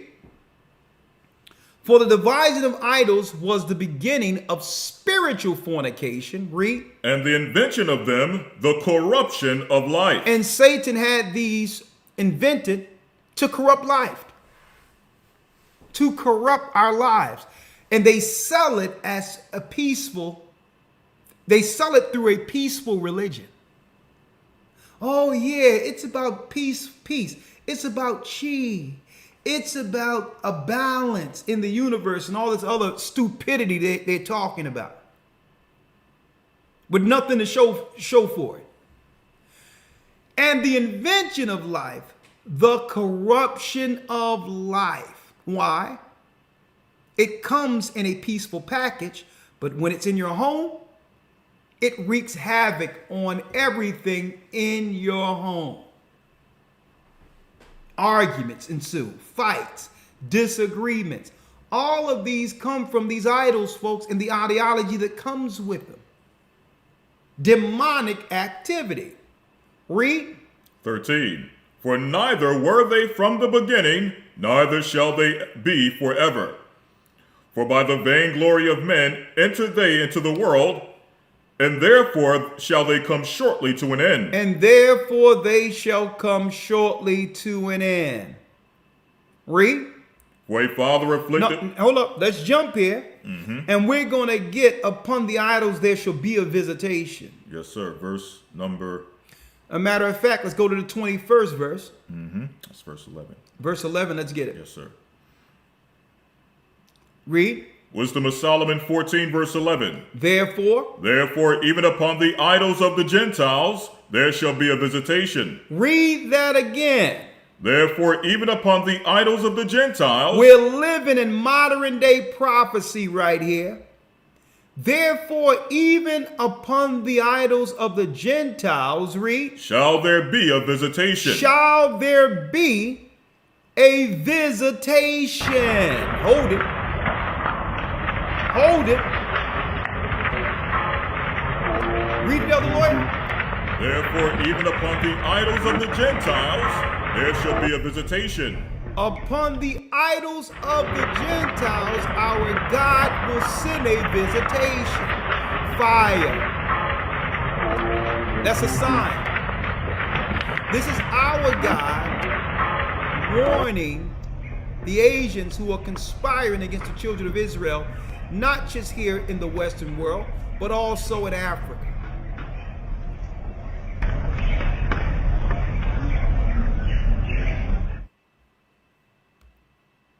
Upon the what? Read it. Therefore, even upon the idols of the Gentiles, there shall be a visitation. There shall be a visitation, and it's our God sending a sign to us, folks, that these idolaters will be dealt with. They're working in deceit against us. They're seeking to not just replace us, but to destroy us for the resources we're living on. They want everything that God promised us. They want everything. I need y'all to think about this. We built America. Literally. All the communities that we live in, that the powers that shouldn't be, have denied resources to starve us out. Using what? The Haiti playbook. We're just going to just let them coexist without any resource until they destroy themselves. I can go into Philadelphia now and walk down the street on the block I lived on, and I can show you the same hole in the ground I jumped over at the age of 4 years old. To me, it was an obstacle at this time because it looked like a big chasm, a crack in the ground. I can go on Lehigh Avenue and the same buildings, emptied and vacant, are still there.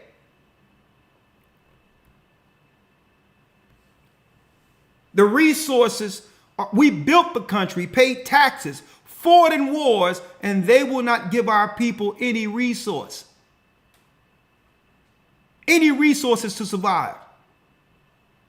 And then on top of that, they've incentivized the other nations, Asia in particular, to finish what they couldn't, to take us out and to circumvent us, to actually steal and take any areas we have left as a people.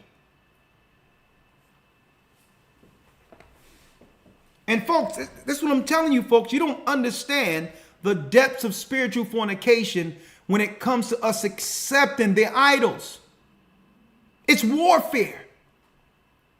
The more we cleave to their gods, the more we'll die by the hands of Satan's servants. It's strategic, and they've used these tactics to actually destroy us. And now they're coming in the droves, and they're coming to collect, folks, these idolaters. They're coming to collect what they believe belongs to them, us. And any resistance, they're going to find a way to get rid of our people and only to replace or to continue to regentrify our people. We're disappearing, and now the more we disappear, the more we see the others. And folks, this is all connected to what? Our worships. We've accepted their gods and ideologies, and now they've come to collect. Religious warfare. But our God has given us a sign that no. I know y'all trust these people. I know you trust these people. But our God has given us a sign. He's telling us, I haven't forgotten you. I haven't forgotten you, Israel. You can't see the battle, but I'm letting you know the angels are fighting for you. Come back to the God who delivered us out of Egypt. Follow in the path of Christ. I got you.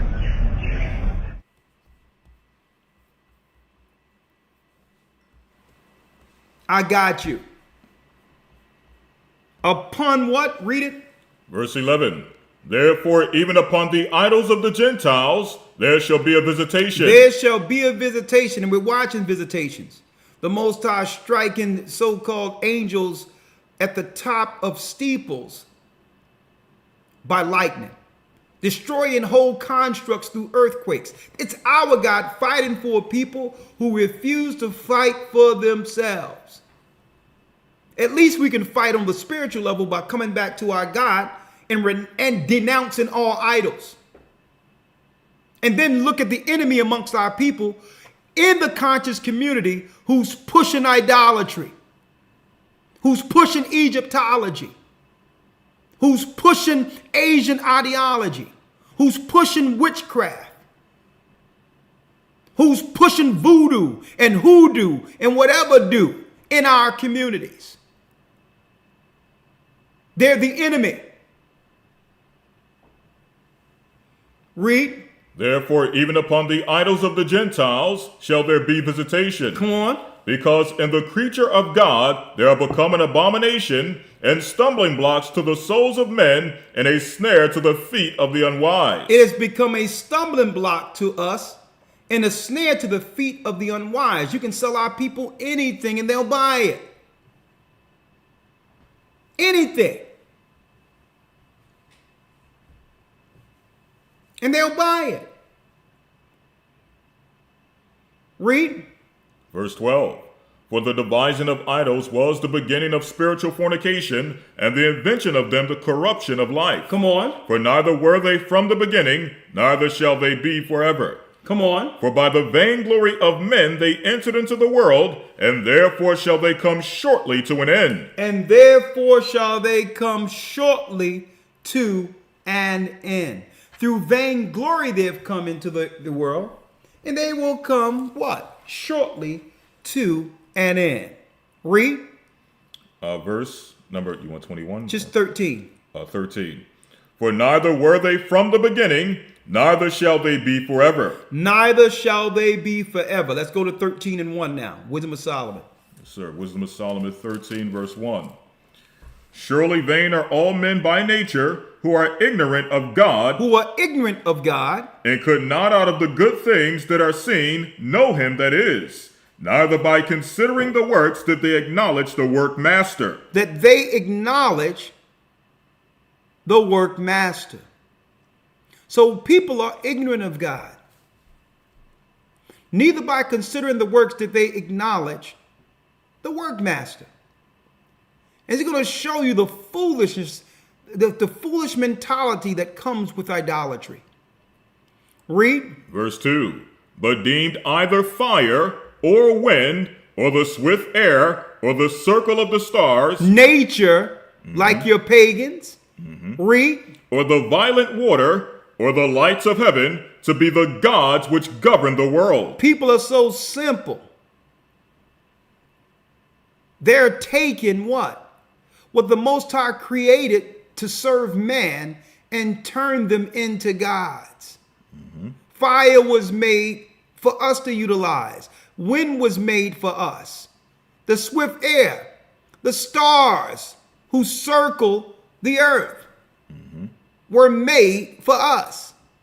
The water, the lights of heaven, all of this was made so that the angels could minister unto us, which governed the world. These were the powers the Most High put in place. And we're going to look at what's made and ignore who made it. Read. Verse 3. With whose beauty, if they being delighted, took them to be gods, let them know how much better the Lord of them is. So if you can worship the wind, stars, and all these other and behold and respect the beauty God made through nature, how can you ignore the God who created it all? Why not just give the reverence directly to him? Read. With whose beauty, if they being delighted, took them to be gods, let them know how much better the Lord of them is, For the first author of beauty have created them. The first author of beauty created the angels. You sun worshipers, it was our God who created the sun. You're naturalists. Well, I deal with nature. No, you are a witch. Stop trying to clean it up. You are a witch, sorcerer, or warlock. And watch these people, folks, who say that they're spiritual. Oh, you're a Satanist? Satan is spiritual. These are code words for run. I'm a witch. Okay? 4. Verse 4. But if they were astonished at their power and virtue, let them understand that by them how much mightier he is that made them. How much mightier is our God? You're so astonished with what the lower creation can do and how it looks and how amazing their works are. But what about the God who made the angels you worship? Okay? That's the God of the Hebrews. That's our God. Read. Verse 5. For by the greatness and beauty of the creatures, proportionately the maker of them is seen. But yet for this they are the less to be blamed, for they peradventure err, seeking God and desirous to find him. It says they erring, seeking God and desirous to find him. They're going through all of this nature stuff and acknowledging the other gods, claiming they're on a journey to find God.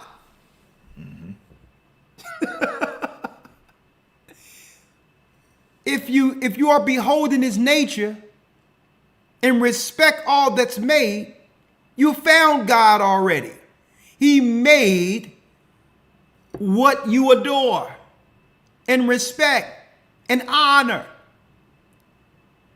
You're on these journeys and all that. Well, no, the God of the Hebrews saying, I'm here. I made all the beauty you love.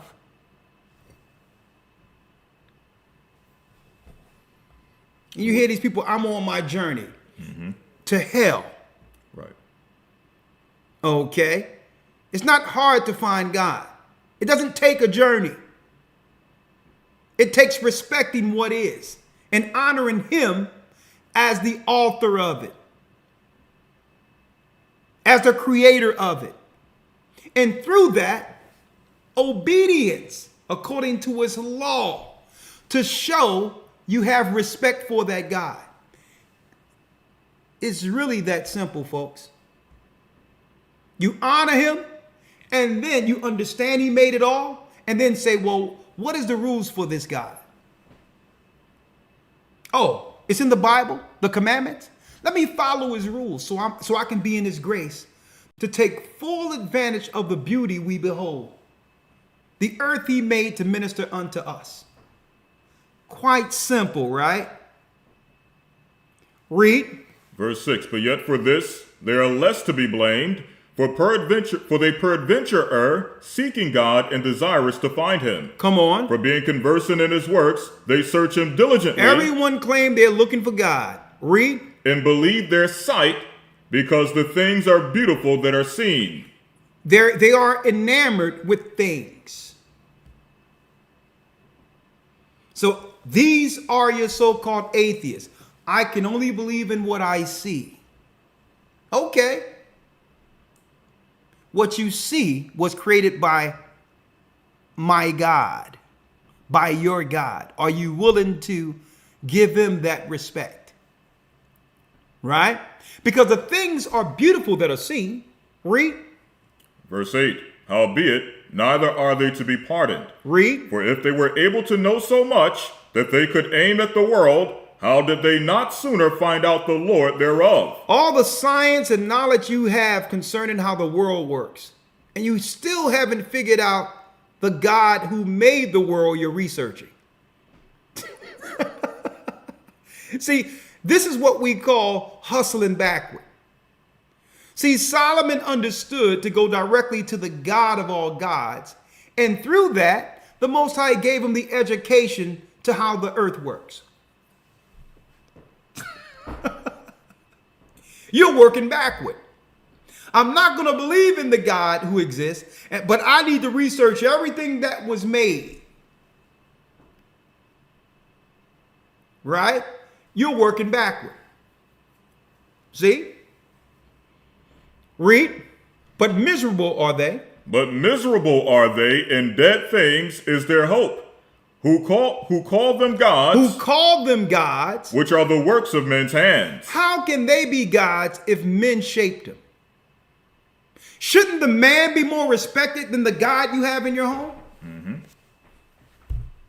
Because without man shaping the image, those gods you worship wouldn't exist. So that's showing even mere man have greater power and should be reverenced over the idols you have in front of you. So this is our God showing the ridiculous mentality and the simple mentality that comes with idolaters. They honor an image and not realize that image cannot exist without man. So who's greater? Man is. Man was made in the image of God. The man could shape Buddha. If a man wanted to, you know what he can do? You know what a man can do? A man has so much power with his hands to make Buddha.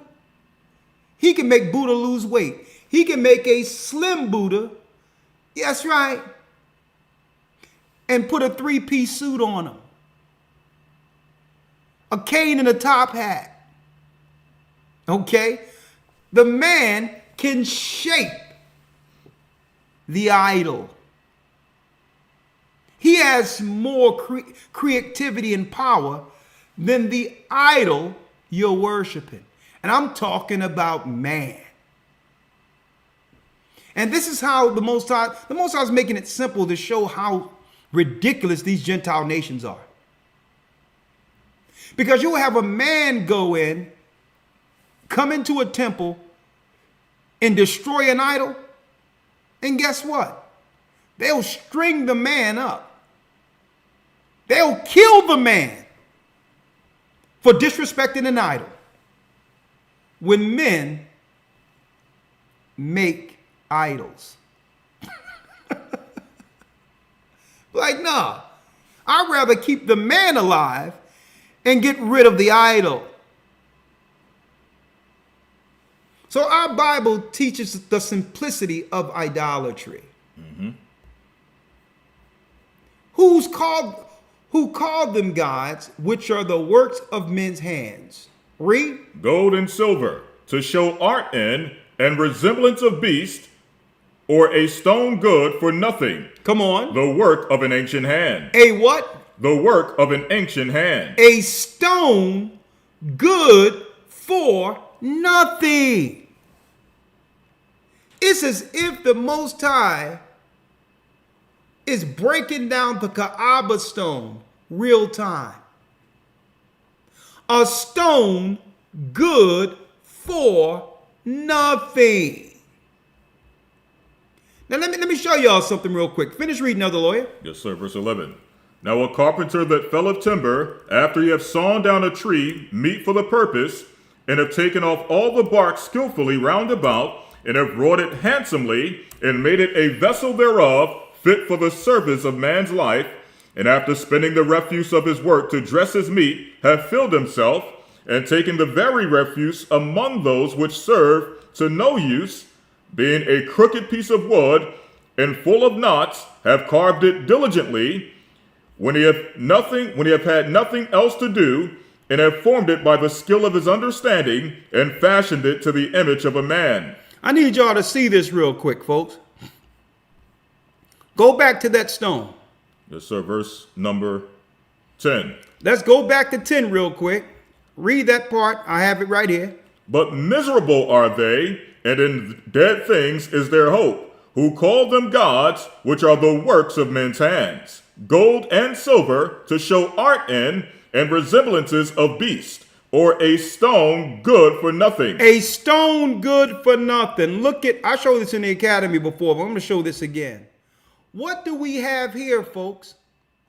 At the corner of the Kaaba stone. A lot of you don't understand that the Kaaba is a female deity of ancient Persian mythology. At the corner of the Kaaba stone, if you have enough wealth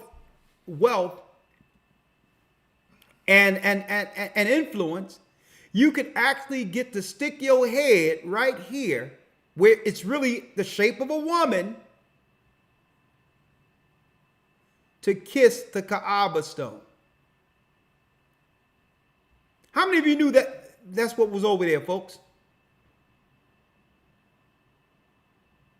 On Ramadan. What does this have to do with worshiping God? And there's many, many more where that comes from. Many, many more. On and on and on. Look at these people.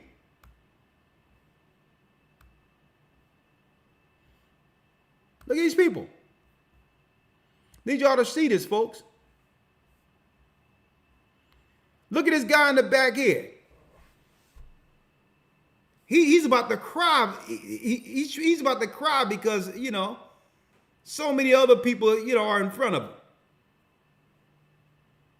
He's about to break down in tears. Look at this guy here.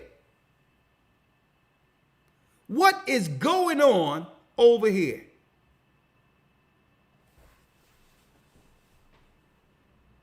This isn't funny, folks. And you know why it isn't funny? Why are they breaking their neck to get their head up in there? I don't know what's going on with this worship. I know that when they come to the United States, they're empowered over us. So it must be something good up in there. Because by doing this, they feel under their superstition, these activities empowers them over the children of Israel.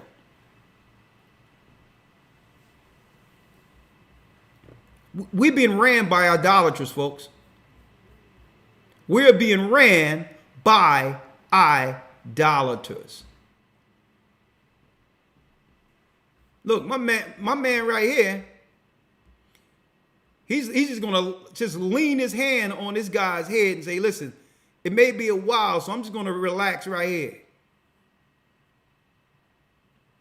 Something is going on up in here, folks, that benefits them. Let's finish up, Elder Lawyer. Where are you? Verse number 11. Come on.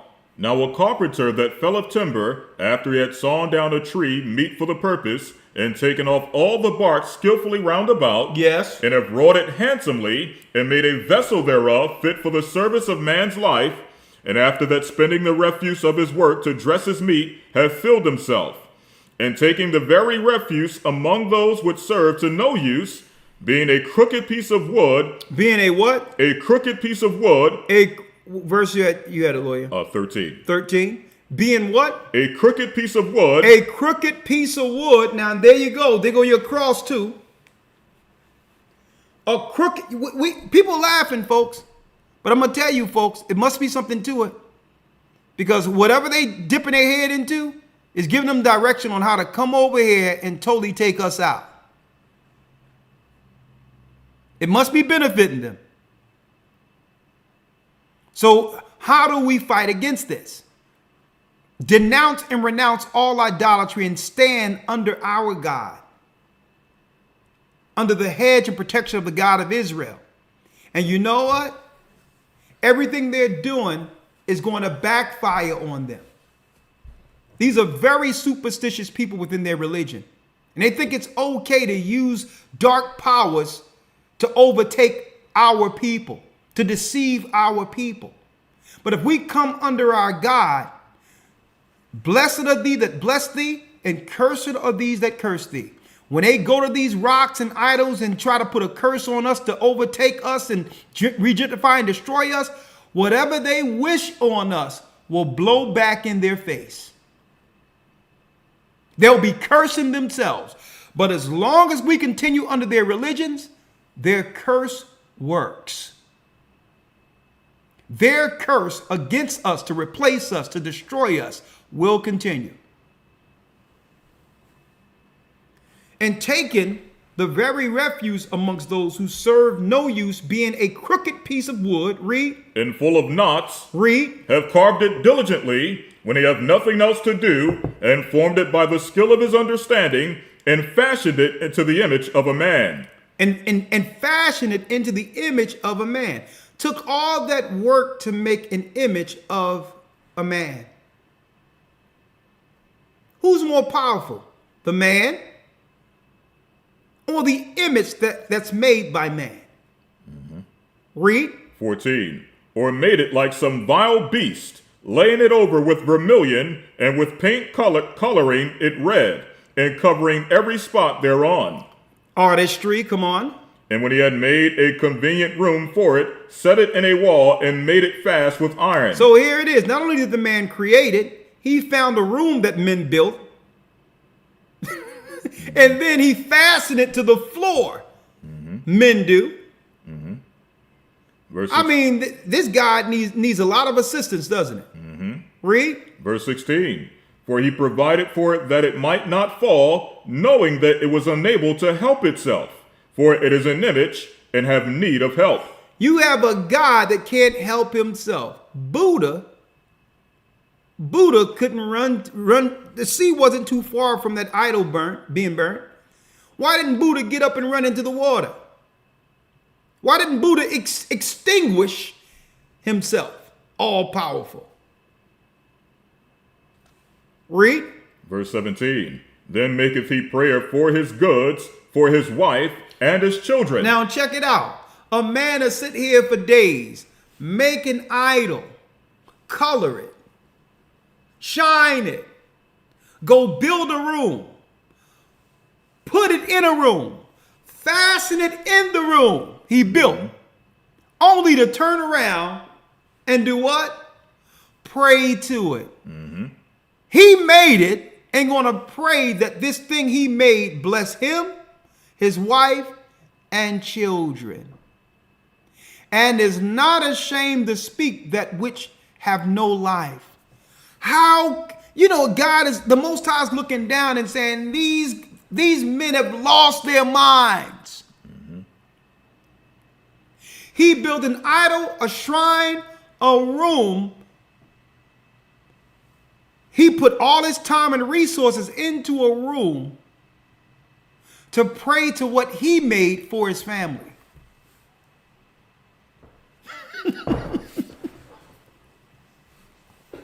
Lord, the Most High is looking down and saying, don't you know that I made man in my image? Don't you know you are greater than the idols you worship?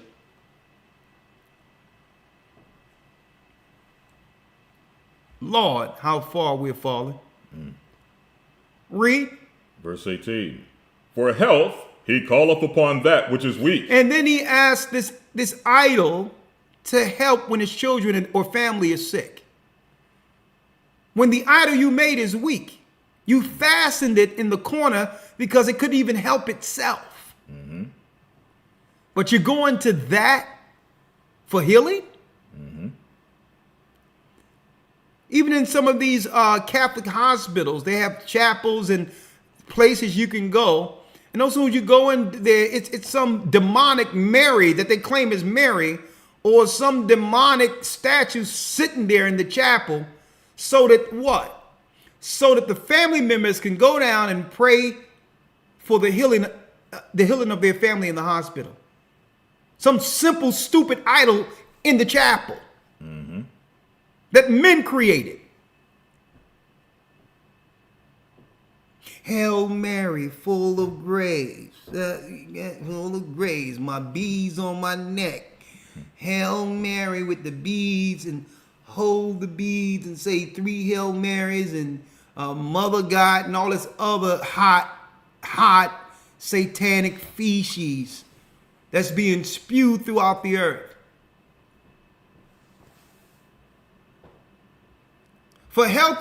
For health he calleth upon which is weak. For life he prayeth to which is dead. For aid he humbly beseech that which he have least means to help. And for a good journey he asketh that which cannot set a foot forward. Go before the image you made and said, please protect us on this journey. And the thing you're praying to can't walk.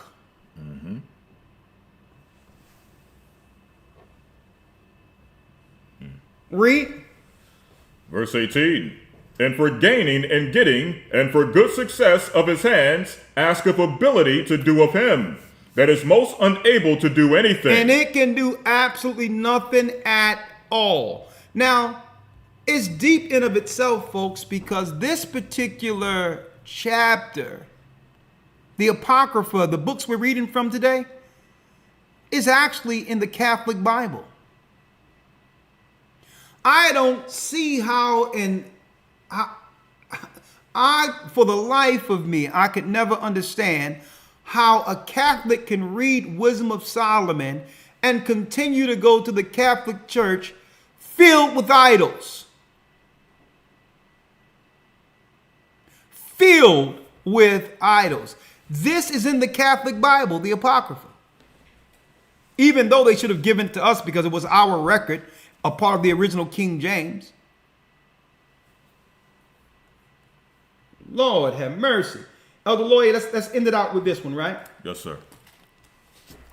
Let's go to Psalms 95 and 1. And read that down to 6. And we're going to end it in Corinthians 8. Yes, sir. Psalms 95 and 1. Book of Psalms, chapter 95, verse number 1. Let me get it here for them. And I have one more announcement, so make sure you all stick around for a second, brothers and sisters. Psalms, what? 95 and 1. I'm sorry, let me get it here. Yes, sir. Psalms 95 and 1. Now let's deal with solution here. Solution. Let's read. Psalms 95, verse 1. O come, let us sing unto the Lord. Let us make a joyful noise to the rock of our salvation. Read. Let us come before his presence with thanksgiving. Let us come before the Most High's presence with thanksgiving. These are laws within the book. Thanksgiving. When we come together, pray, sing, and we're eating lawful foods according to the law of thanksgiving. No shrimp, crab, lobster, no pagan foods. Because at the very end, it tells us in 2nd Esdras that while being idle, the Gentiles would offer what? Foods sacrificed to idols. As a way of what? Getting us sick. Destroying us through their foods. Read. Let us come before his presence with thanksgiving and make a joyful noise unto him with psalms. Come on. For the Lord is a great God and a great king above all gods. Our God is a great king above all gods. And they have extinguished God's name out of the earth. None of the Gentiles honor or respect our God to a degree. His name isn't even being spoken. And even if you look at Judaism, who claim the whole Torah, they never say the Most High's name. They're working to keep his name off of the lips of the Hebrews. Because these witches, warlocks, and sorcerers understand the power of invocation, and there's an order when it comes to names. And our God, Ahia, is above all the gods within the earth or within the universe. So, for the Lord is a great God. Ahia is his name, and a great king above all gods. Our king is Christ. Read. 4. In his hands are the deep places of the earth. The strength of the hills is his also. Read. The sea is his, and he made it, and his hands formed the dry land. So all that the naturalists and the pagans honor was made by our God. We must renounce and denounce altogether any level of witchcraft and or paganism. It's a trap. We're going straight to the source going forward. We're going straight to God, straight to Christ, and we'll follow God's law, period. Straight to the source. Everything else the Most High made will reverence us. Period. It was made to minister unto us. Read. Verse 6. O come, let us worship and bow down. Let us kneel before the Lord our Maker. That's who we will kneel before. The God who created everything. Read. For he is our God, and we are the people of his pasture. And we are the children of Israel. And we're back. And we're not going anywhere. And we're not Israelites according to some crazy religion people are talking about. We are bloodline Israel according to what? Genealogy. Abraham, Isaac, Jacob, the prophets, even Christ's blood flows literally through our veins. We are the people. And it doesn't have anything to do with our religion. There's our people right now who are caught up being Muslims, who are converted by the sword. Even though they're practicing Islam, they're still Israelites. 8. Verse 8. Harden not your heart as in the provocation, and as in the day of temptation in the wilderness. Harden not our hearts like we did in the wilderness. Gave up hope, only to turn to what? Devising our own idols, giving idols the credit for our deliverance. Okay, be patient. If things aren't working out right now, don't worry about it. Don't turn your back or believe that God has forgotten you. Be patient. Don't let the moment tempt you into idolatry or forgetting your God. Our God, Ahia. Read. Verse 9. When your fathers tempted me, proved me, and saw my work. 40 years long was I grieved with this generation, and said, it is a people that do err in their heart, and they have not known my ways. They have not known my ways. Read. Unto whom I swear in my wrath that they should not enter into my rest. And if you don't operate in patience and use this time to get back on board with our God, you will not enter into the rest. It's time to come back. You see what he's doing to the idols. And it won't be long before he judged the people who are worshiping those idols. That was a sign not just for us, but for them. Corinthians. Yes, sir. 1 Corinthians 8, and we'll end it there, right? Yes, sir. 1 Corinthians 8. And I thank you all for your presence today. I hope you've been edified on this Sabbath. You know we love you. And keep your prayers going up for us. Hey, we're battling in the spiritual realm to bring against all evil, to bring this kingdom of Israel here to earth. It's coming. It's coming. We're praying on the right side of this against the evildoers who are working day and night, working tirelessly to destroy our people. Okay, they're not going to do it frontal war because we're too strong for them to overtake. They're doing an end around with their idolatry, witchcraft, programming. See? Regenerification. Bioweapons. Pharmacy. Last scripture, Elder Lawyer, 1 Corinthians 8. Let's start at 1 here. Yes, sir. 1 Corinthians 8, verse 1. Read. Now as touching things offered unto idols. Now touching things offered unto idols. We know that we all have knowledge. Knowledge puffeth up, but charity edifieth. Come on. And if any man think that he knoweth anything, he knoweth nothing, yet as he ought to know. Read. But if any man love God, the same is known of him. If any man love the Most High, the same is known of him. Read. Verse 4. As concerning therefore the eating of those things that are offered in sacrifice unto idols, Read. we know that an idol is nothing in the world. We know that an idol is what? We know that an idol is nothing in the world. We know that an idol is nothing in the world. See? I still don't understand how Catholics have this in the Bible, but yet are standing in front of Mary doing Hail Marys. Or whom they think is Mary, whom we know is just Semiramis or some ancient goddess worshipped through the Babylonians. We know that an idol is nothing in the world. It's nothing. Read. In that there is no other God but one. So this is even in the New Testament. That there's only one God. But one. See?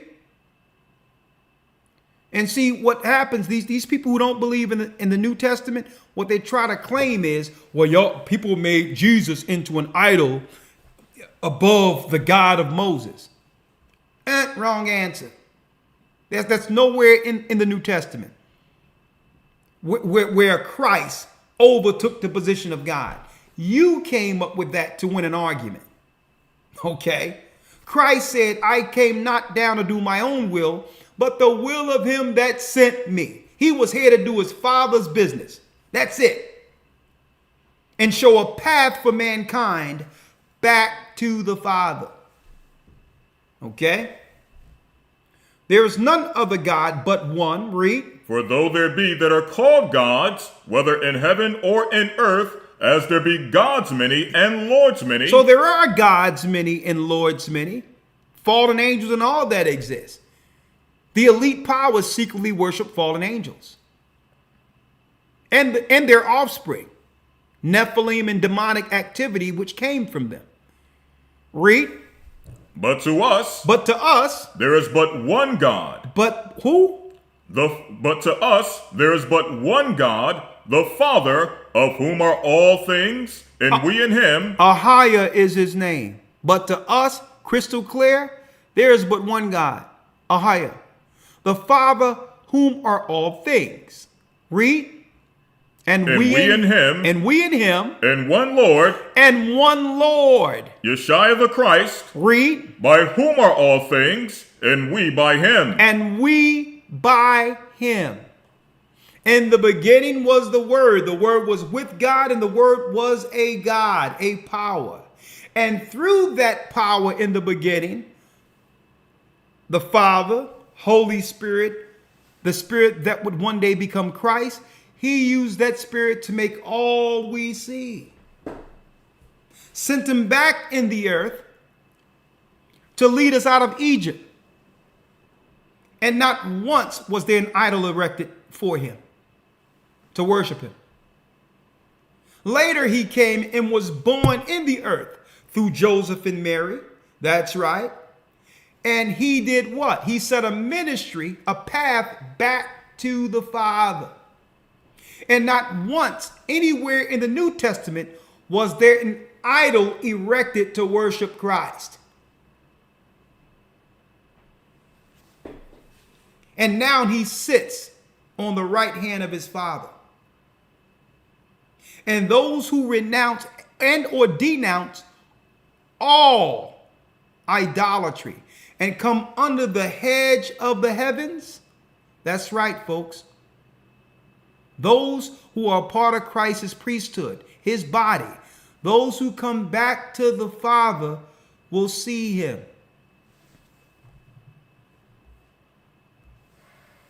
Will see him upon the return. And behold, what? The destruction of the Gentiles who are idolaters. It was written. So it will be. That concludes our lesson. Tomorrow we're going into Elder Lawyer. That's right. You got it. Finding the Ark of the Covenant. I'm going to also touch on portals.